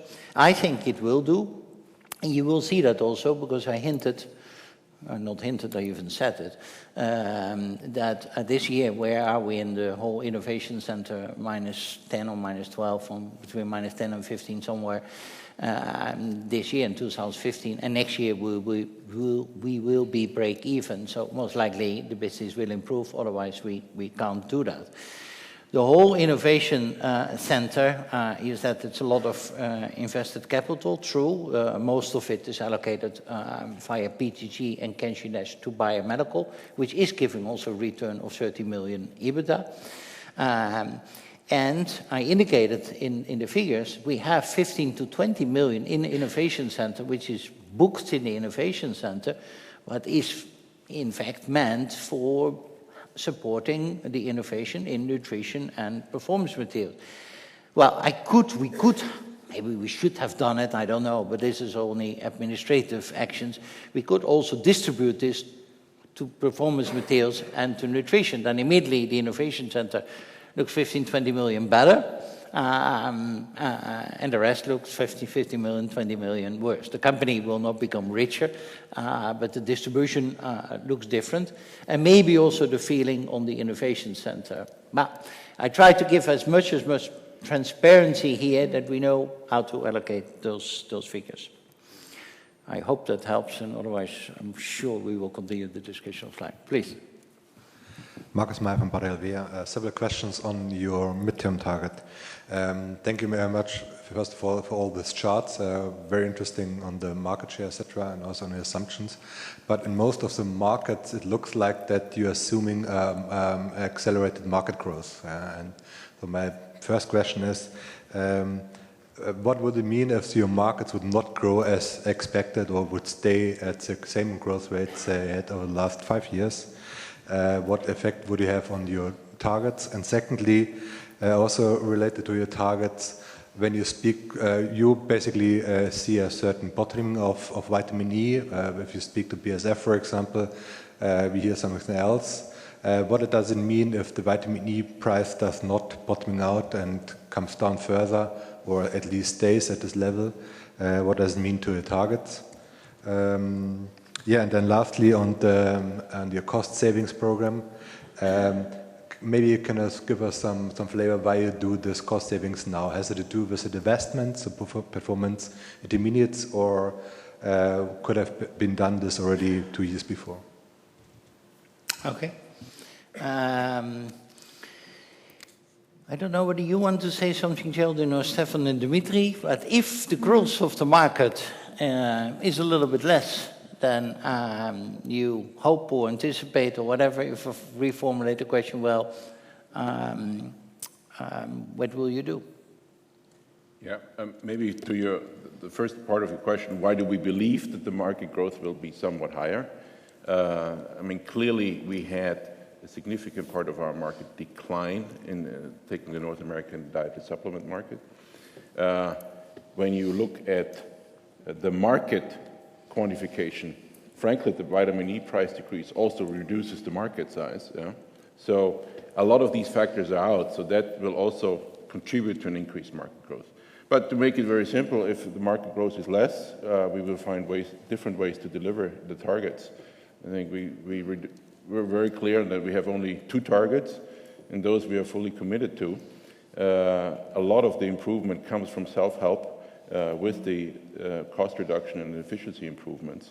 Now you ask, should you not have done those earlier? It's fair, but as an organization, you also have to focus. You know? We focused on the acquisition, on the integrations of the acquisitions. I think now the organization is ready to absorb the significant cost reduction and efficiency program. And also, as you can, it's not the first time that we focus on working capital. Now the organization is able to absorb significant working capital drive, and you already see the beginning of the results. So you kind of have to pace an organization what they can absorb, and we think we are ready to deliver this, working together as a team, working together with Chris and his team to make that happen. And can you continue with vitamin E? Has that bottomed out or not? Or Yeah. do you expect an increase, or what is it? Listen, when you do competitive cost modeling, that is not an exact science, but from everything that we can look at where our competition is, particularly in China, on their cash cost position, some of them are publicly traded companies, so like ZMZ and NHU, so you see their results also, although it's a little bit hidden with their pharma results. They are not doing very well. So are we close to the cash cost, at cash cost? We're certainly not very far away from that. As Feike said, we have a very good cost position. This is a very well-performing product. Can it go a little lower? Can exchange rate change? Yes, of course, but compared to where we've come from, I think that is, those are much smaller amplitudes. Yeah? True. But maybe as an add-on, is the improvement of vitamin E implied in your targets? Or no, we've made very conservative assumptions, basically counting on today's price level. Having said that, we expect an improvement later on in the period. Not that we're counting on it, but we will push very hard for that. We think there's no reason for the price to be where it's at. The market is growing, utilization rates are going up. Clearly, the value for the customer is much higher at these price levels than it was at the previous price level, so there's no reason that the prices should stay where they are. But we are not counting on that. Yeah. Maybe to add something to the last question about, maybe add you something about the growth also, because it comes for both businesses. Maybe for materials, I think basically we have 3 levers to make our targets, deliver on our targets. First one was market growth. Here we expect predominantly in the resins industry a step up because of building construction assumptions. Industry, also there, forecast around 3%. We are a bit more optimistic, predominantly because we don't play in the solvent-borne area. So if you compare it with other coatings ratings of growth, you need to add about 1% because of the portfolio. We have substitution to play with. We will focus on accelerating the substitution part if market growth will be less than we thought. And obviously, these three buckets of cost, substitution growth, and market growth don't go in splendid isolation. We look at what's happening in all these three boxes, and we will accommodate to make sure that we deliver the target. So absolutely, they play with each other. If we have a bit more market growth, we will fuel the growth. If that will be less than expected, obviously we'll take action. Right. Could we have done the program, Stefan mentioned something about it already, could we have done those cost reduction programs already earlier? You can always debate that in every company, by the way, in the world. But if you look to specifically our case, nutrition have been very busy with acquiring companies, integrating them, etc. And if you look to the cost reduction program, it is especially on a further streamlining, detailing in the manufacturing area. And I think at this moment, where you say, don't have all kind of add-ons and other business, etc., with fully streamlining on the manufacturing is a much logical, a much more easier moment to do that. What Stefan or Geraldine indicated, it is not just a program. I was discussing it in the break. There are 400 measure sheets. Every sheet is an A4, has an owner in the company, has a saving, has a time frame, has a cost of that saving, and need to deliver. We discussed that in the executive committee, and every measure sheet that is slipping, we need a new one. I mean, this is not just something in the air. The other program of leveraging all the different support groups, I mean, this was for the company quite a change, and especially also for the people in the back of this room, the different division leaders, business group directors. And I'm very glad on what we did in the last year and with their support to leverage all those functions. When we had 5 different businesses, 2010, this was much more complicated with everybody its own difference, etc., than at this very moment. And I'm very glad with the full support of all those people that we do this. Also, that goes together with a very detailed plan, which Dimitri is overlooking and reporting that back in the whole ExCo with Geraldine and myself to see how we are doing there. So I think that the programs are pretty detailed. 250, 300 million for our company is not a small thing, to be honest. And on top of that, we have the growth. And like you said, can be a little bit more, a little bit less. And I would like to use that opportunity to say also, I had it in the break, why not specific targets on that growth, etc. At the end of the day, we very much simplified it, and Geraldine said it a few times, EBITDA and return on capital employed. Isn't that, at the end of the day, not all about? And are the other things not underneath to deliver that? That's basically what we try to do. Your question. Sophie Jourdier from Liberum, and I've got 2 questions. The first question is for Geraldine. In terms of the EBITDA bridge, we see with the cost savings obviously helping, and you mentioned that there may be cost inflation to offset that. I wanted to ask about cost deflation generally. Obviously, we've seen the oil price fall dramatically this year. I wonder whether you could help us understand how much benefit you think DSM has already seen from that, and what sort of level of benefit you might expect from lower energy costs and raw material costs over the next 3 years. That's the first question. And then the second question, I'm not quite sure who that's for, but it's just to flesh out this point on innovation, where you've got quite ambitious targets that seems to grow the EBIT contribution or the EBITDA contribution from the 3 emerging business areas from about 5 million today, I think, to about 10 to 15 million next year, to about sort of 30, 35 million, I think, by 2018. Could you just help me understand which emerging business area that's particularly coming from, and what exactly is driving that very strong growth? Thanks. Okay, do you take first? Okay. Deflation. Actually, I'm going to be a bit naughty here and hand it over to Dimitri. Dimitri is in charge of sourcing and has a much better view on the oil picture. What I would say is that it's become a lot less relevant to DSM than maybe, when you're having these conversations in the past. We behave more like a normal corporation in terms of it's part of our cost base, but it's not, when we do the modeling and the forecasting, one of the big swingers in the picture. But Dimitri, do you have a view on? Yeah, I think that there are two elements. One is on what we call the direct spend, so the raw material floating. And I think here it's more a matter of how long does it take for the pricing to adapt themselves. I think we even indicated in the quarter three call that performance materials with the current EBITDA percentage is benefiting from lower input prices. And nutrition obviously is less sensitive to that. You have indirect spend, which are in the fixed costs, which are the elements.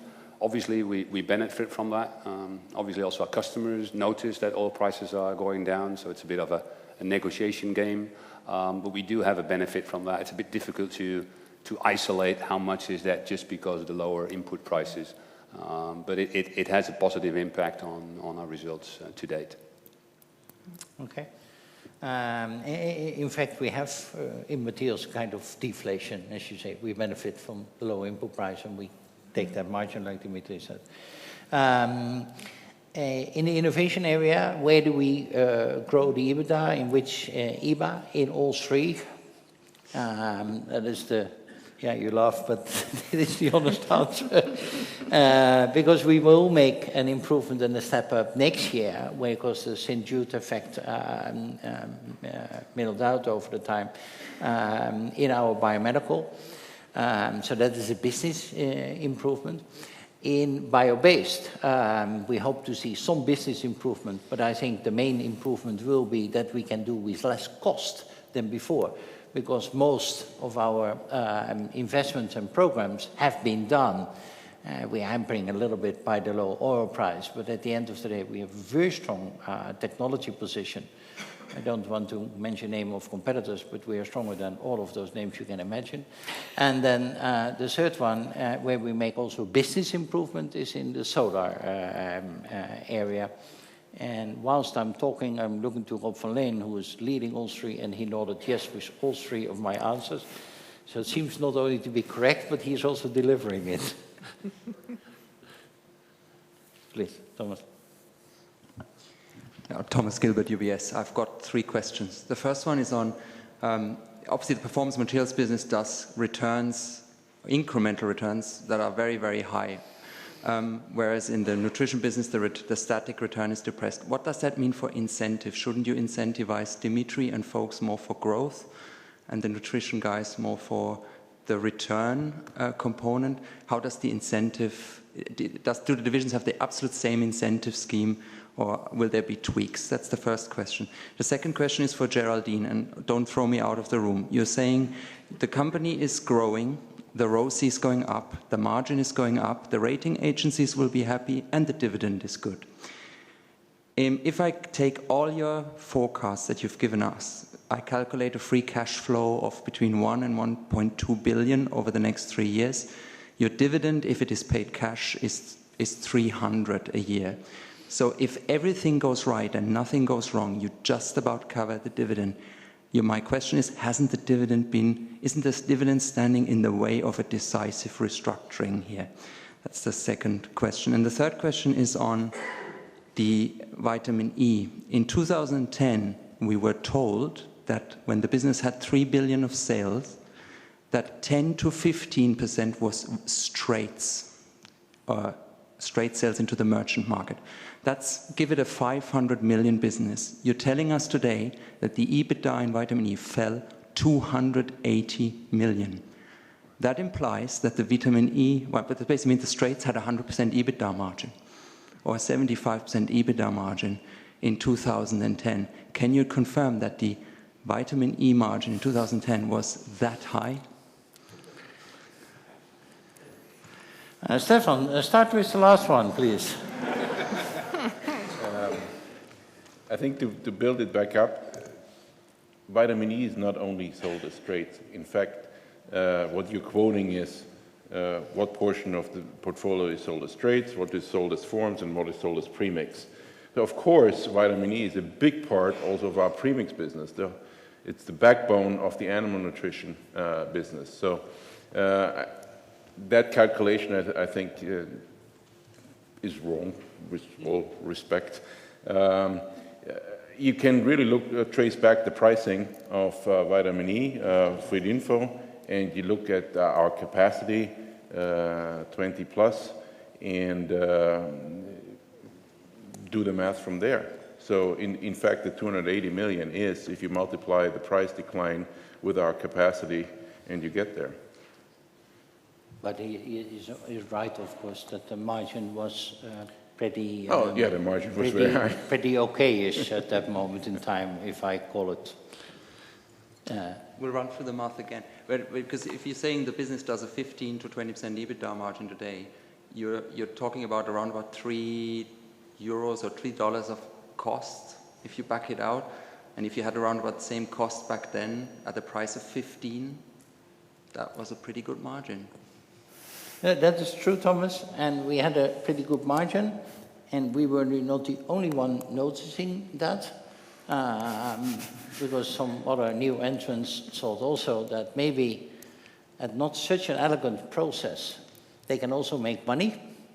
That's basically what happened, and that was basically true also, although the others have, like Stefan said, not such an elegant process. At the old price, they could make money with that. At the current price, we can still make money and feel okay. Some others maybe not. But you're right, we come from a high margin. We flagged that at that moment to the market. I remember even that people were pushing me at that moment in time. You can make margins of 24, 25% in nutrition. I said, well, try. I mean, try to...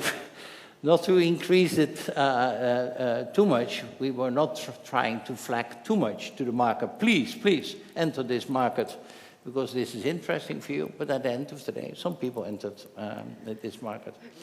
That's true. We have, I don't want to go too much in depth about the incentive system of the company because that becomes too detailed, I think. But we have the right incentive systems focusing on the targets we have set here. So both Dimitri and Stefan and all the people related to them need to deliver on the EBITDA, need to deliver on the ROC.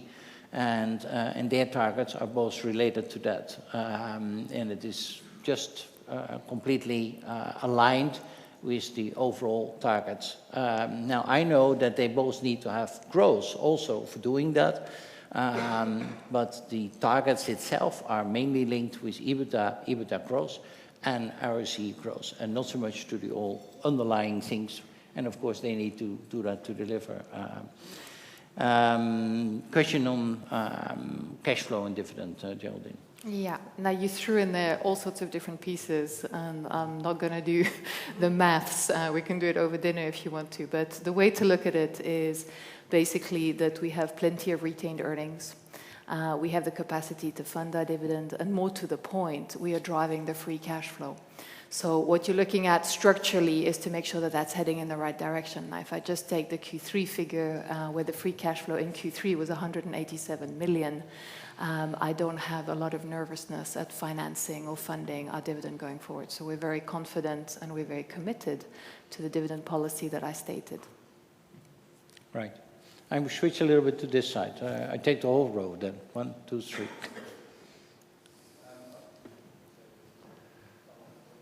Yeah, please do.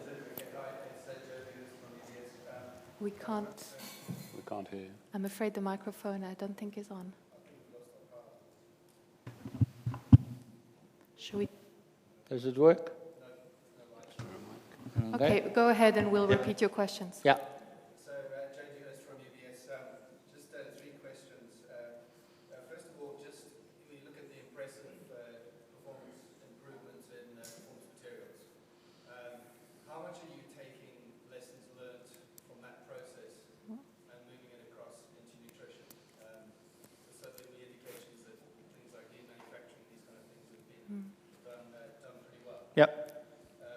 Sorry, just to repeat again, now I've got the mic, but lessons learned from performance materials and how much of that's been transferred to elsewhere.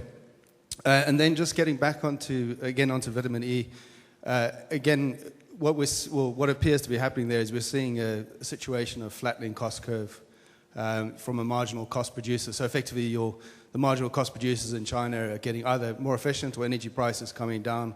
And in an oversupplied environment, isn't this really time to think about consolidation?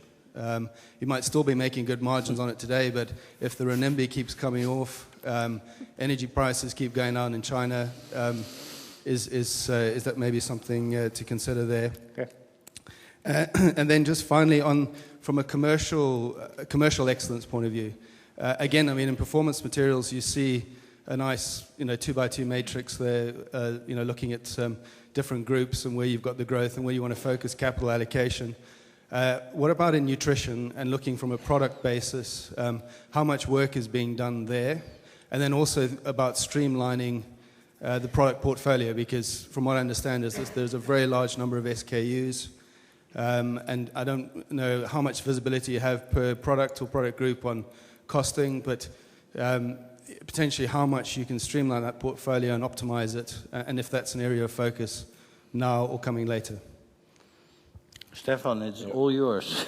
Yeah, let's actually combine a couple of those questions. I think indeed significant cross-fertilization on commercial excellence programs.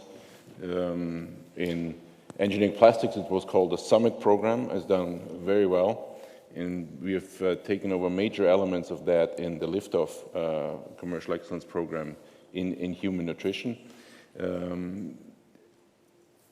including the granularity, including the weekly and monthly performance cycles, including streamlining the product portfolio in terms of having the pricing scans, cleaning up the tail, and all of those things are going on. Having said that, it is still a more complex portfolio, but we very much have learned from that effort in engineering plastics. On your question around consolidation in vitamin E, I think let us right now focus on delivering on the targets. Acquisitions are not really front and center.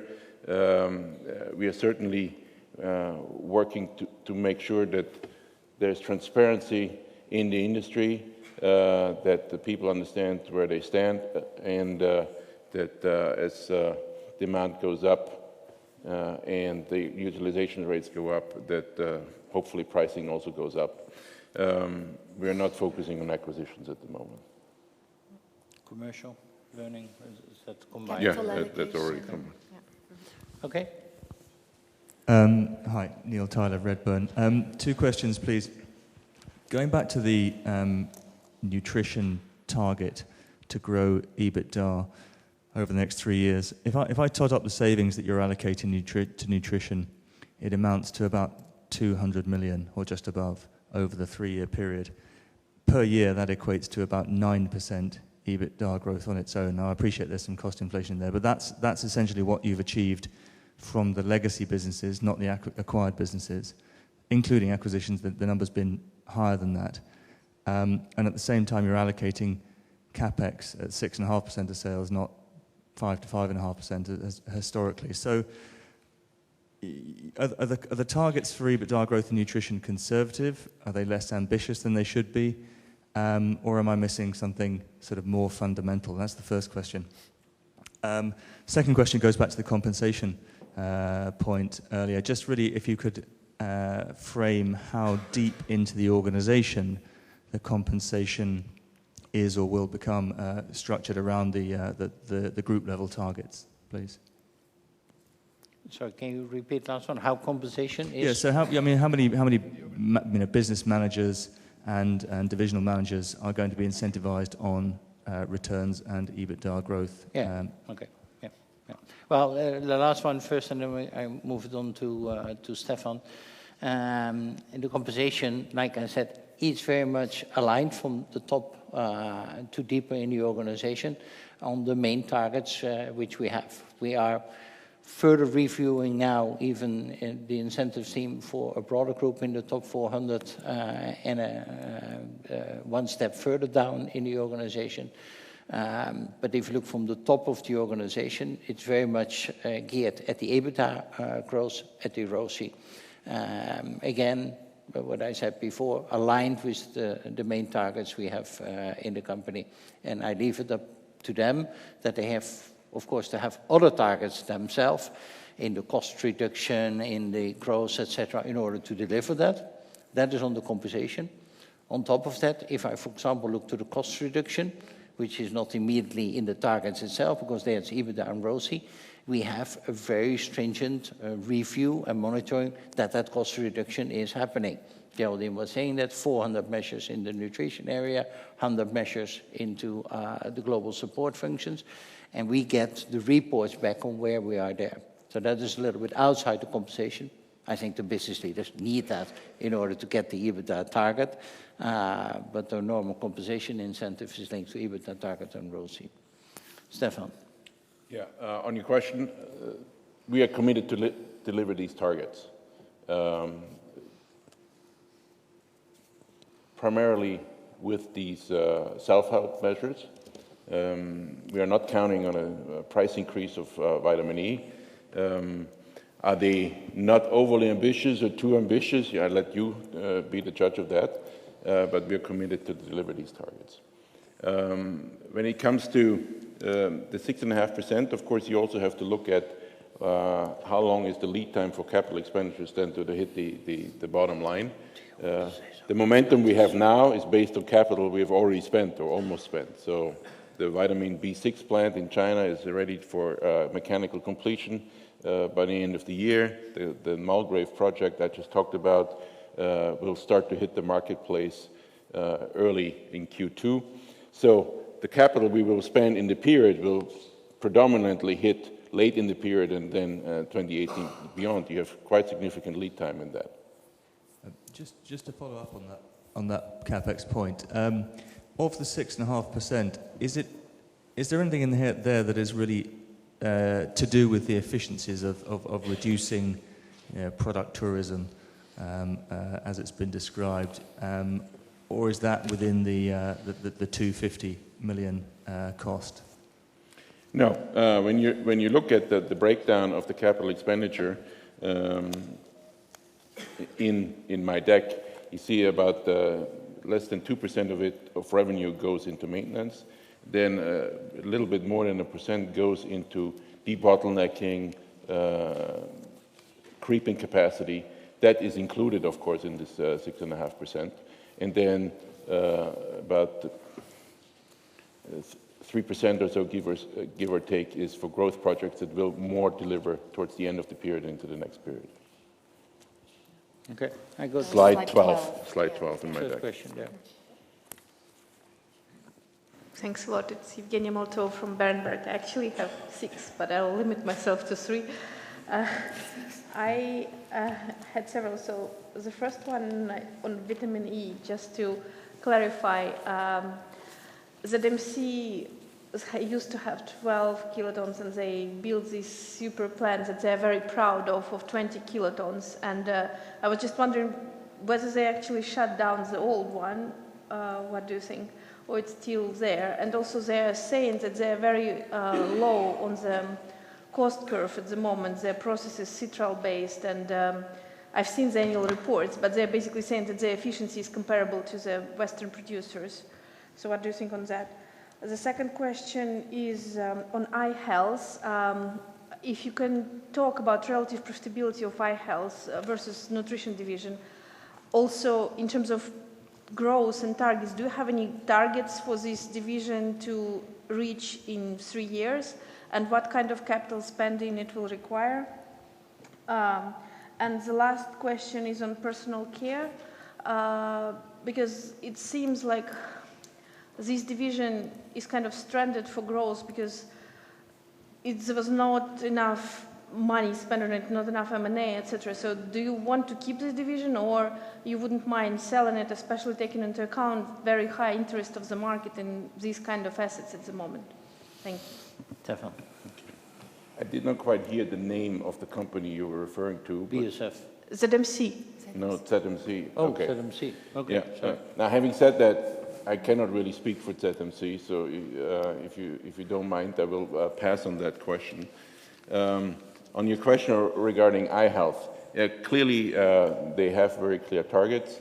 Their profitability is attractive, but unfortunately I can neither reveal their targets nor their profitability, but we're very excited about the profitability level of eye health. We are excited about their growth rate.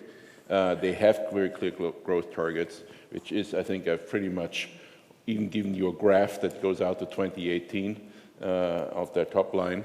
So I cannot be more specific than that. And in terms of capital intensity, will it yeah, be higher? On that point, capital intensity is rather limited. This is much more of a marketing business where the investment, if you want, is in working capital and in marketing spend. Yeah.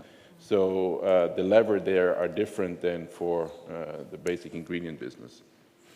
On the personal care business, we are very much supporting the personal care business. We have made acquisitions there. If you remember the Pentafarm acquisition, in fact, that is now the backbone of a significant growth engine in personal care, the Skin Actives portfolio. In addition to that, they have renewed their sun filter business that kind of went through a rough patch, but is back on the growth track. And then, of course, our traditional vitamin business and the small area in hair care. So overall, it's an attractive business. We're happy with it. We support it. It's not on the divestment list. Thank you. Good. I switch a little bit to the right side, and then I'll come back to the middle, and then again there. I try to do justice to all. Please. Lawrence Alexander Jeffries. 3 related questions. First, can you talk a little bit about the cost of growth for human nutrition? You're targeting an acceleration in the growth rate. How much does that cost, and are the costs going to be preceding the acceleration? Because you're talking about a 3-year average. And related to that, Stefan, you appear to have a rather unique position where you're partly responsible for the cost cutting of your division, rather than being a separate person driving that. How does that affect the ability to balance cost-cutting decisions against growth decisions? So, for example, if one part of nutrition isn't working, do you sacrifice some of the growth investments in the human nutrition as a result, or how does that play out? And thirdly, you showed the chart where you break out the nutrition business by EBITDA by product. What percentage of your EBITDA is generated by products with margins more than 10% above the division average?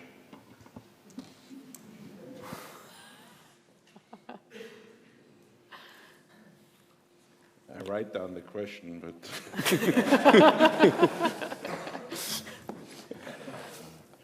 At least we have 2 questions straight. Yeah, you can take them all straight. Let me take your second question first. Balance cost reductions versus growth. That's basically the job description, not just of us, but of most of the people in the back of the room. Balancing the long term with the short term is what you as shareholders pay us to do. Clearly, we are committed to deliver the targets that we have unveiled here, one way or another, and we will have to balance the short term versus the long term. In terms of where the cost will lead the growth in human nutrition, I don't see it that way. We have a very detailed program depending on segments, and we will prioritize which segments we go after first, which ones maybe a little bit later that might be more spend related. And some businesses have already good momentum, like eye health. Others will need a bit of an upfront investment. So I would not say that we will have a big red whale before the bright future comes, but we will steadily improve. And your last question I did note, but if you don't mind, I will not comment on it. Although we gave the breakdown, I mean, the biggest 10 products in nutrition do, what is it? 30-40%, what is it? Just under 40. Just under 40. Yeah, okay. And I think you will not be surprised, all the big products are in there, ECA, some of the lipids, carotenoids. Right. You know our portfolio, some of those we have strong IP protection. Okay, then I will go to the middle, please, and then your neighbor. Yes, Jaideep Pandya from Goldman. Two questions. First of all, just on the acquisitions, you've given the EBITDA growth rates for Fortitech and for Tortuga. These are the two assets that are not very integrated completely, but the EBITDA growth is quite stellar. Could you tell us what is happening in these businesses since you bought them, in the sense that why has EBITDA growth been so strong? And what are you going to do differently? I mean, given the fact that these are also in the remit of cost cutting, I suppose, in nutrition, if they are. And the second question is just going back to the bridge on nutrition. So if I just forget vitamin E and FX for a second, your underlying nutrition business has grown 9%. Basically, that's what you're telling us that you will grow over the next 3 years with all this cost cutting, for the lack of the better word, blah, blah. So I'm kind of struggling here. Are you being very conservative, or are you telling us that if there's no growth, we'll still deliver high single digit, and if there is growth, well, then you do the math? Okay. Stefan, please go ahead. But I will say something about the acquisitions. Of course, you can add to that, Stefan. Otherwise, the Tortuga and Fortitech, as Geraldine said, 75%. Still, they have, even when they are not yet fully integrated, benefit quite a bit in the EBITDA increase. And how can I say it? You need to realize that those companies were buying products that we could have supplied to them, but in most cases we weren't. And that, of course, is one of the elements which plays a very important role. The other one is that we use our network to take their products, Tortuga mainly in Brazil, Fortitech, huge business in the United States, also some facilities somewhere else, but the biggest part in the US, which we put broadly into our network. But please add to that, and also the bridge in terms of the growth. When you look at both of these businesses, Fortitech and Tortuga are relatively large organizations, and in addition to the pulling through synergies by insourcing some of the products, which is significant, we also did quite some cost work in both of those businesses. In Tortuga, we actually shut down one of their plants that was not profitable. Of course, once you do the work, that comes to the bottom line.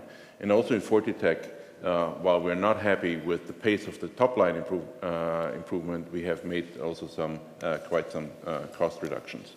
Now, when it comes to, again, you are asking the same question a different way, are the targets too conservative? We are committed to those targets. We clearly have built them up that we can deliver them under a various range of demand scenarios and without counting on big price increases in our businesses. Okay. Yeah. Andreas Heinemein first. I have one question on the hedging. You mentioned already in the first 3 quarters that you had quite an outflow, and I think there was also an outflow last year on interest rate swaps. Have you considered to change this hedging policy so that we won't see these outflows in the future again? Mm-hmm. And then I would like to understand a little bit more on these capex efficiency. The 6.5% of sales in capex, you mentioned already that quite a number of projects are running and go into this 3 years period. So going further on 2018 to 20, is this then still a range we have to look at? Because I would perceive nutrition being a less capital intensive business, and that if you go down the value chain, that the capex should come down. And last but not least, you mentioned that in human nutrition the growth was not very satisfying, not least because North America not really contributing to this. Could you share with us what the growth was outside the US in human nutrition over the last 5 years? Okay, Geraldine. Shall I start? Yep. Absolutely. So the derivatives, the number that I gave is actually for very specific types of hedges. It was actually net investment hedging and the pre-hedging of the interest rates on the bond renewals. So those are not linked to the underlying practice of hedging about 50% of our transactional exposures, but were more to do with balance sheet positioning. Now, we have been looking very carefully at whether this is indeed required for DSM to do these kinds of net investment hedge. There's a very mixed view as to whether that is good practice or bad practice. Of course, there's a trade-off. You can protect the income statement, you can protect the equity, or you can protect your cash. And it's a balancing act between those three elements. So currently what I can tell you is that we do not have in the balance sheet a whole set of other derivatives. The last ones to come will be in 2 years' time. And that's in the order of 200-something million at current market rates. Remember, it's mark to market every single day. But the bulk of what had been put in place over the years is now behind us. Capex. On the capex nutrition, it was specifically nutrition you're referring to, right? Yeah, so I'll pass to Steph. North America growth and the capex on nutrition. Yeah. I think 6.5% is a good level for the coming period, plus minus 0.5% later on. Realize that if we have these opportunities that we talked about, the project with Evonik, those are very large plans to reach the low cost level that we are targeting. Also, if we invest in Klinka and we invest in the Stevia project, while we don't have a lead time with cost in human nutrition, certainly to invest in some of these large projects, we need to provide for that, and that's why we're flagging the 6.5%. In terms of growth outside North America, clearly we've been very happy with the growth in the Asia-Pacific region. We've seen good growth, particularly lately back in Europe. Lately we see Latin America slow down a little bit with all the political troubles and the economic troubles. But human nutrition is such a big part of, North America is such a big part of the human nutrition business that the end result is 1%. I really do not have the number that you're looking for, but maybe we can do a back of the envelope calculation over dinner. Okay, over there in the back. Jean-François Mondi, Morgan Stanley. To rebound on Joe's question on vitamin E, you say that your near cash costs, you have, let's say, between 50 and 65% of your cost improvement plan that comes either from debottlenecking or gained in sold out units, which can tell me that you might have get some spare capacity in vitamin E, and you're still making a good margins. Now you're saying that you're expecting flat pricing for the forthcoming years, but that other guys are expecting difficult conditions. Wouldn't you have, let's say, an incentive to lower prices further to keep filling your debottlenecking and taking guys out of the market completely, hence getting to a better balanced market structure on that? And as Stefan, I don't mean it only for you questions today. I have one for Geraldine. On your JVs, so 250 million of EBITDA, yet at least year to date, when I look at your P&L, very limited contribution to net income. Can you explain this gap for me and just see how we go forward on this net income from JVs? Thank you. Stefan, a question to decrease further the price of vitamin E, but that is a very short summary of the question. Yeah, I'm not a big fan of that strategy. In the 2010 to 2013 period, we moved about every lever imaginable to keep prices up. I think we've been reasonably successful, but we had to then switch tactics about 2 years ago because we needed to make sure that we maintain our share, maybe even gain a little bit back. I think that was the right strategy. To now count on people exiting my experience over the last 25 years is to really push Chinese to exit. You can lose a lot of money with that strategy.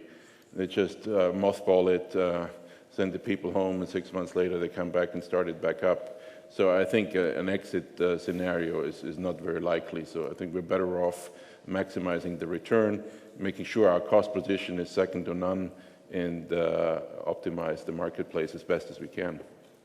But to add that, Stefan, the change in policy has been that we have been very determined since almost, 12 months, 15 months, on our market share and our position in that market, where maybe the years before we have been in favor of the margins, which Thomas was referring to, a little bit more easy on the volume. Since 12, 15 months, we are not easy on the volume. So in that sense, we do a little bit what you say, but to push them further out, I think maybe that is not the wisest strategy. I think they will maybe change their policy at a certain moment, because it cannot be that they are happy campers. I mean, they must be very disappointed. They invested capital, get zero returns. And it is not that the Chinese invented a model that you can invest capital without returns. Don't know exactly how the model works. Okay, I switch questions. Second question. Oh, sorry, yeah. Okay, coming back to the joint venture and associates, absolutely right in terms of net income, the number is still negative, and you saw that this quarter in Q3. Now, you have to bear in mind that the two big items here are both in early phases of their life, whether it be DPX or whether it be the new entity with CVC. There's a lot of one-off costs going on in driving the current stage of their development, whether it be, IPO-related costs on one, or the fact that in the case of Chemical Invest, it is in its formation right now. So we can't comment much more about the net income evolution because we are not in control anymore, but you can certainly see this as not being reflective of the quality of the business that's underlying, because what we are seeing is a good momentum on the EBITDA, and we're seeing a good momentum on the margin as well. Right. But beyond that, I'm afraid I can't comment. Okay. Yeah. Sachin Soni from Capital. I have a question regarding the comment you made, value over volume is switched to volume over value a little bit. Is that fundamental to the point that you are not very comfortable with the margin improvement, that you would play this game a bit more aggressively today? Or even in this comment was made in context with North American business and human nutrition. So do you see some sort of changes there? Then on second point, second question is regarding targets. I can understand and appreciate you want to keep it simple, but if you could answer one ratio to me, that would help me a lot. Over the last 5 years, EBITDA to free cash has been less than 50%. If you put everything together, what you decided to do, what would that ratio be in 2018? Let's say you make 1.4 billion in EBITDA. What is the free cash expectation in that setting? Thanks a lot. Sure. Stefan. Well, I think he's referring to your comment. Okay, but, sorry, no, I will help you then, and correct me then later on. It counts for not only our vitamin business, and I think I was discussing it in the break. I mean, it counts for all our business. If you make it very simple, we have a volume component and we have a price component. Now, sometimes it goes that our people say internally, what do you want, Feike? Do you want the volume, but then at low price? Or do you want the price, but then at low volume? No, my standard reaction is I want both. And now start the difficulties, because there is sometimes a dilemma and a tension between growing fast on the volume, above market, and growing also fast on the margin and the pricing. Because if you grow fast on the volume, you put some pressure on competition, and you get some price deterioration. If you do the opposite, they eat into your market share, eat into your volume, you get maybe high prices and high margins, but increasingly against a smaller volume. This is nothing new. This is our job. Stefan would call it, this is our job description. We are paid for working with those dilemmas. And what you see over time, that we sometimes shift deliberately, and that we deliberately sometimes let it go in favor of the margin and let some volume go, and sometimes stop that and say, hey, let's give a signal here to the market, not any step further, and we push again the volume. I think it is a continuous play between this volume and pricing thing. And in one product, the dynamics is different than in other products. Depends on how many competitors you have, how many differentiating power you have for yourself, whether you have patent protection. So we have products in the whole area. Some products, this game is pretty easy. In some products, this game is pretty complicated. And what you see is that we have been very clear in certain products now to play also the volume game. And to be honest, that creates margin also, because a bigger coverage of our costs in the factories create also margin. So this is, I think, the game we continuously play. And you've seen in vitamin E a little bit a shift. I mean, coming back to Thomas' question, the margins were also at a certain moment like that whether we would sell a little bit more or a little bit less in volume, I mean, the margins were pretty good. At a certain moment, we changed our policy and say, hey, let's be clear. Yeah, let me build on that. I think particularly in the North America situation, what we needed is a team that is hungry, that is aggressive, that goes after market share, not necessarily at the expense of price, but with that kind of mindset. That and sometimes maybe if you go out too long and saying, hey, it's okay to walk back from volume as long as you get the price, you get kind of a mentality that you stop fighting for that last order. And that's part of the change we needed to make by changing the team, frankly, upgrading the team. It's a more complex business. You need to have more complex relationships. I was referring to that with the retail ready solutions. You need to have very mature relationships with the customers. You need to have complex discussions, and bringing back a more hungry team, a more senior team has really helped to get that business back on the front foot. Okay. Geraldine, second question. Yeah, you're absolutely right that the big focus has to be on the cash conversion. I like to look at the EBITDA to operating cash flow ratio rather than free cash flow. It just segments it a little bit better. If we have a look at where we are this year, we are around, we're probably going to close somewhere around 65%. And if I extrapolate based on all the targets that we've got, I would see us go beyond the 80% mark. So a substantial improvement in cash conversion. Yeah. Okay. Now, for those on the webcast, I think we need to take care of the time. We've run out of our hour. I don't know if you want to take one Dave, last how long one. Can or we continue? 5 minutes more. Okay. I will do fast. Try to satisfy everybody. I'm not sure I manage. Keep your questions condensed, and more to us, keep your answers even more condensed. This is Martin Rödiger from Kepler Cheuvreux. Just one question, and this is for Dimitri regarding the engineering plastics business. I understand the main reason why you think you can outgrow the market is substitution growth. Now, you're showing your charts that legislation for CO2 reduction is already in place for many years. We see also that the move towards lightweight materials is already in place for a couple of years. When we see that your innovation rate has improved in the last couple of years and it's not further improving going forward, then I struggle. What will be different in the next 3 years compared to the last 5 years regarding substitution growth?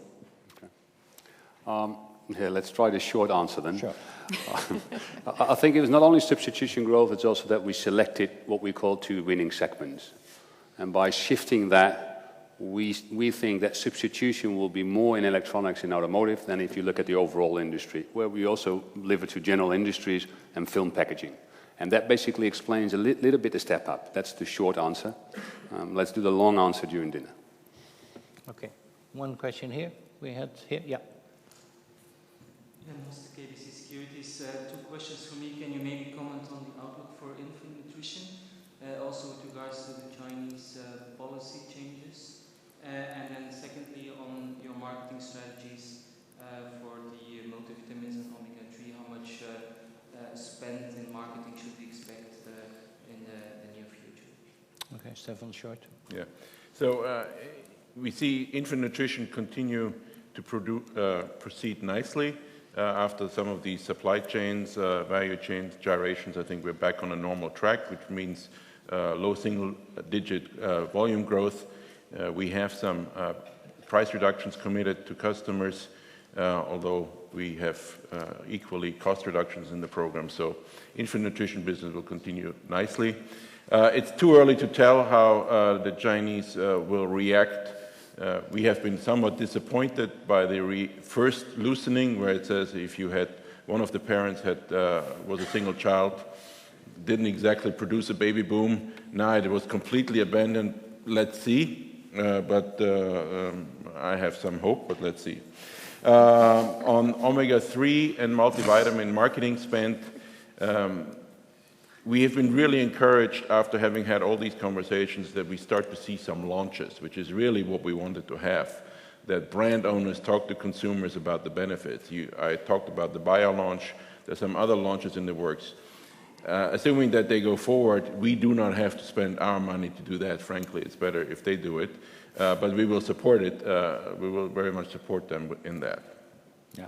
I would temper the expectations, Stefan already did, about the loosening of the one-child policy in China. 2 years ago, I think it was 2 years ago, several of our customers made mistakes also, that when the first loosening was, that the Chinese would start making, that the birth rate would increase rapidly, and that did not happen. Wei Ming is in the room here, our president in China, and he can explain that after 50 years of certain policy, if you release that, the behavior of people is not changed instantly. Another last question in the middle block. Oh, what a great behavior. On the left block. And you got the last question. Two questions, if I may. Firstly, situation with vitamin A, a very high margin and probably relatively low barrier to entry. When you look at your product portfolio, where do you possibly see risk of, let's say, a similar situation, although vitamin E is very important, but looking at your product portfolio, could there be a risk of, let's say, similar development? Secondly, on the white and black spots, what you call that, for both Dimitri and Stefan, looking at your product portfolio, but also geographically, where are possibly, say, the white spots? Maybe before Dimitri and Stefan answer that part, I appreciate all the questions about vitamin E, by the way, today, but we do more than vitamin E, especially in today's profit. It is not our biggest profit contributor, although decent.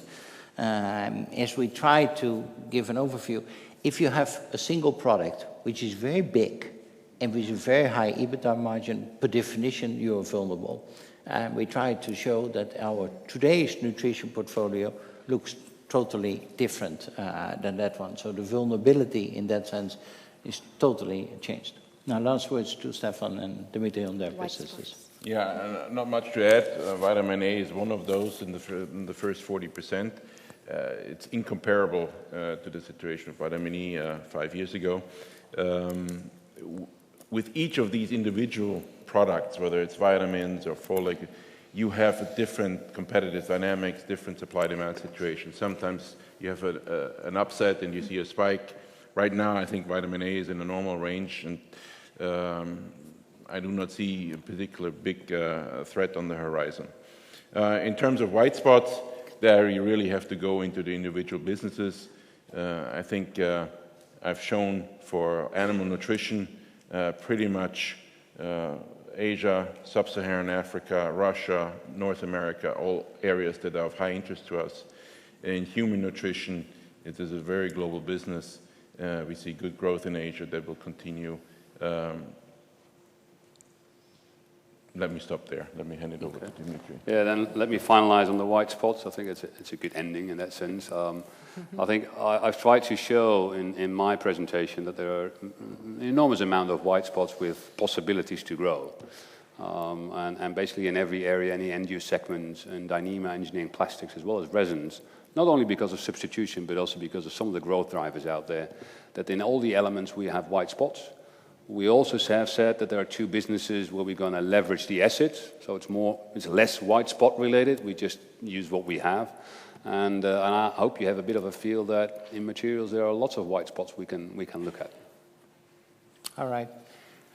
Geraldine will close it, but a few remarks from my side. First of all, I appreciate that you all spent time to come here this afternoon, and also the people on the webcast. Really appreciate it.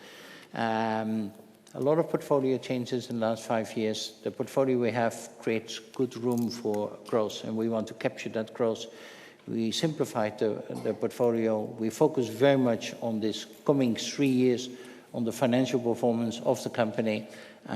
We simplified the targets, not 13, 14 different targets, focusing on the EBITDA and the ROCE growth, and have a team and a company which is fully aiming at achieving and delivering on those targets with the cost reductions and all the things we discussed. It looks pretty simple, and that is the way. It's more difficult to execute, but that is the way we want and communicate it also internally. Very clear explanations, not complicated stories, very clear goals for everybody. Everybody knows what to do, and that is what we have on the roll for the whole organization. Geraldine. Thank you, Feike. On these words, I would like to thank particularly the people on the webcast for joining us and to say goodbye. As for you in the room, of course, now it's time to have some drinks. Please feel free, but also take great advantage of the fact that we have a lot of colleagues with us here today who are here to help add, assuming you need more information, but you would like to keep discussing. They're all available. We'll have the drinks first, and then we'll go out for dinner. In terms of logistics, I'm looking to Dave if there's anything specific other than that I need to add. Nope, other than the drinks are served. Thank you for your attention, and I wish you a nice evening.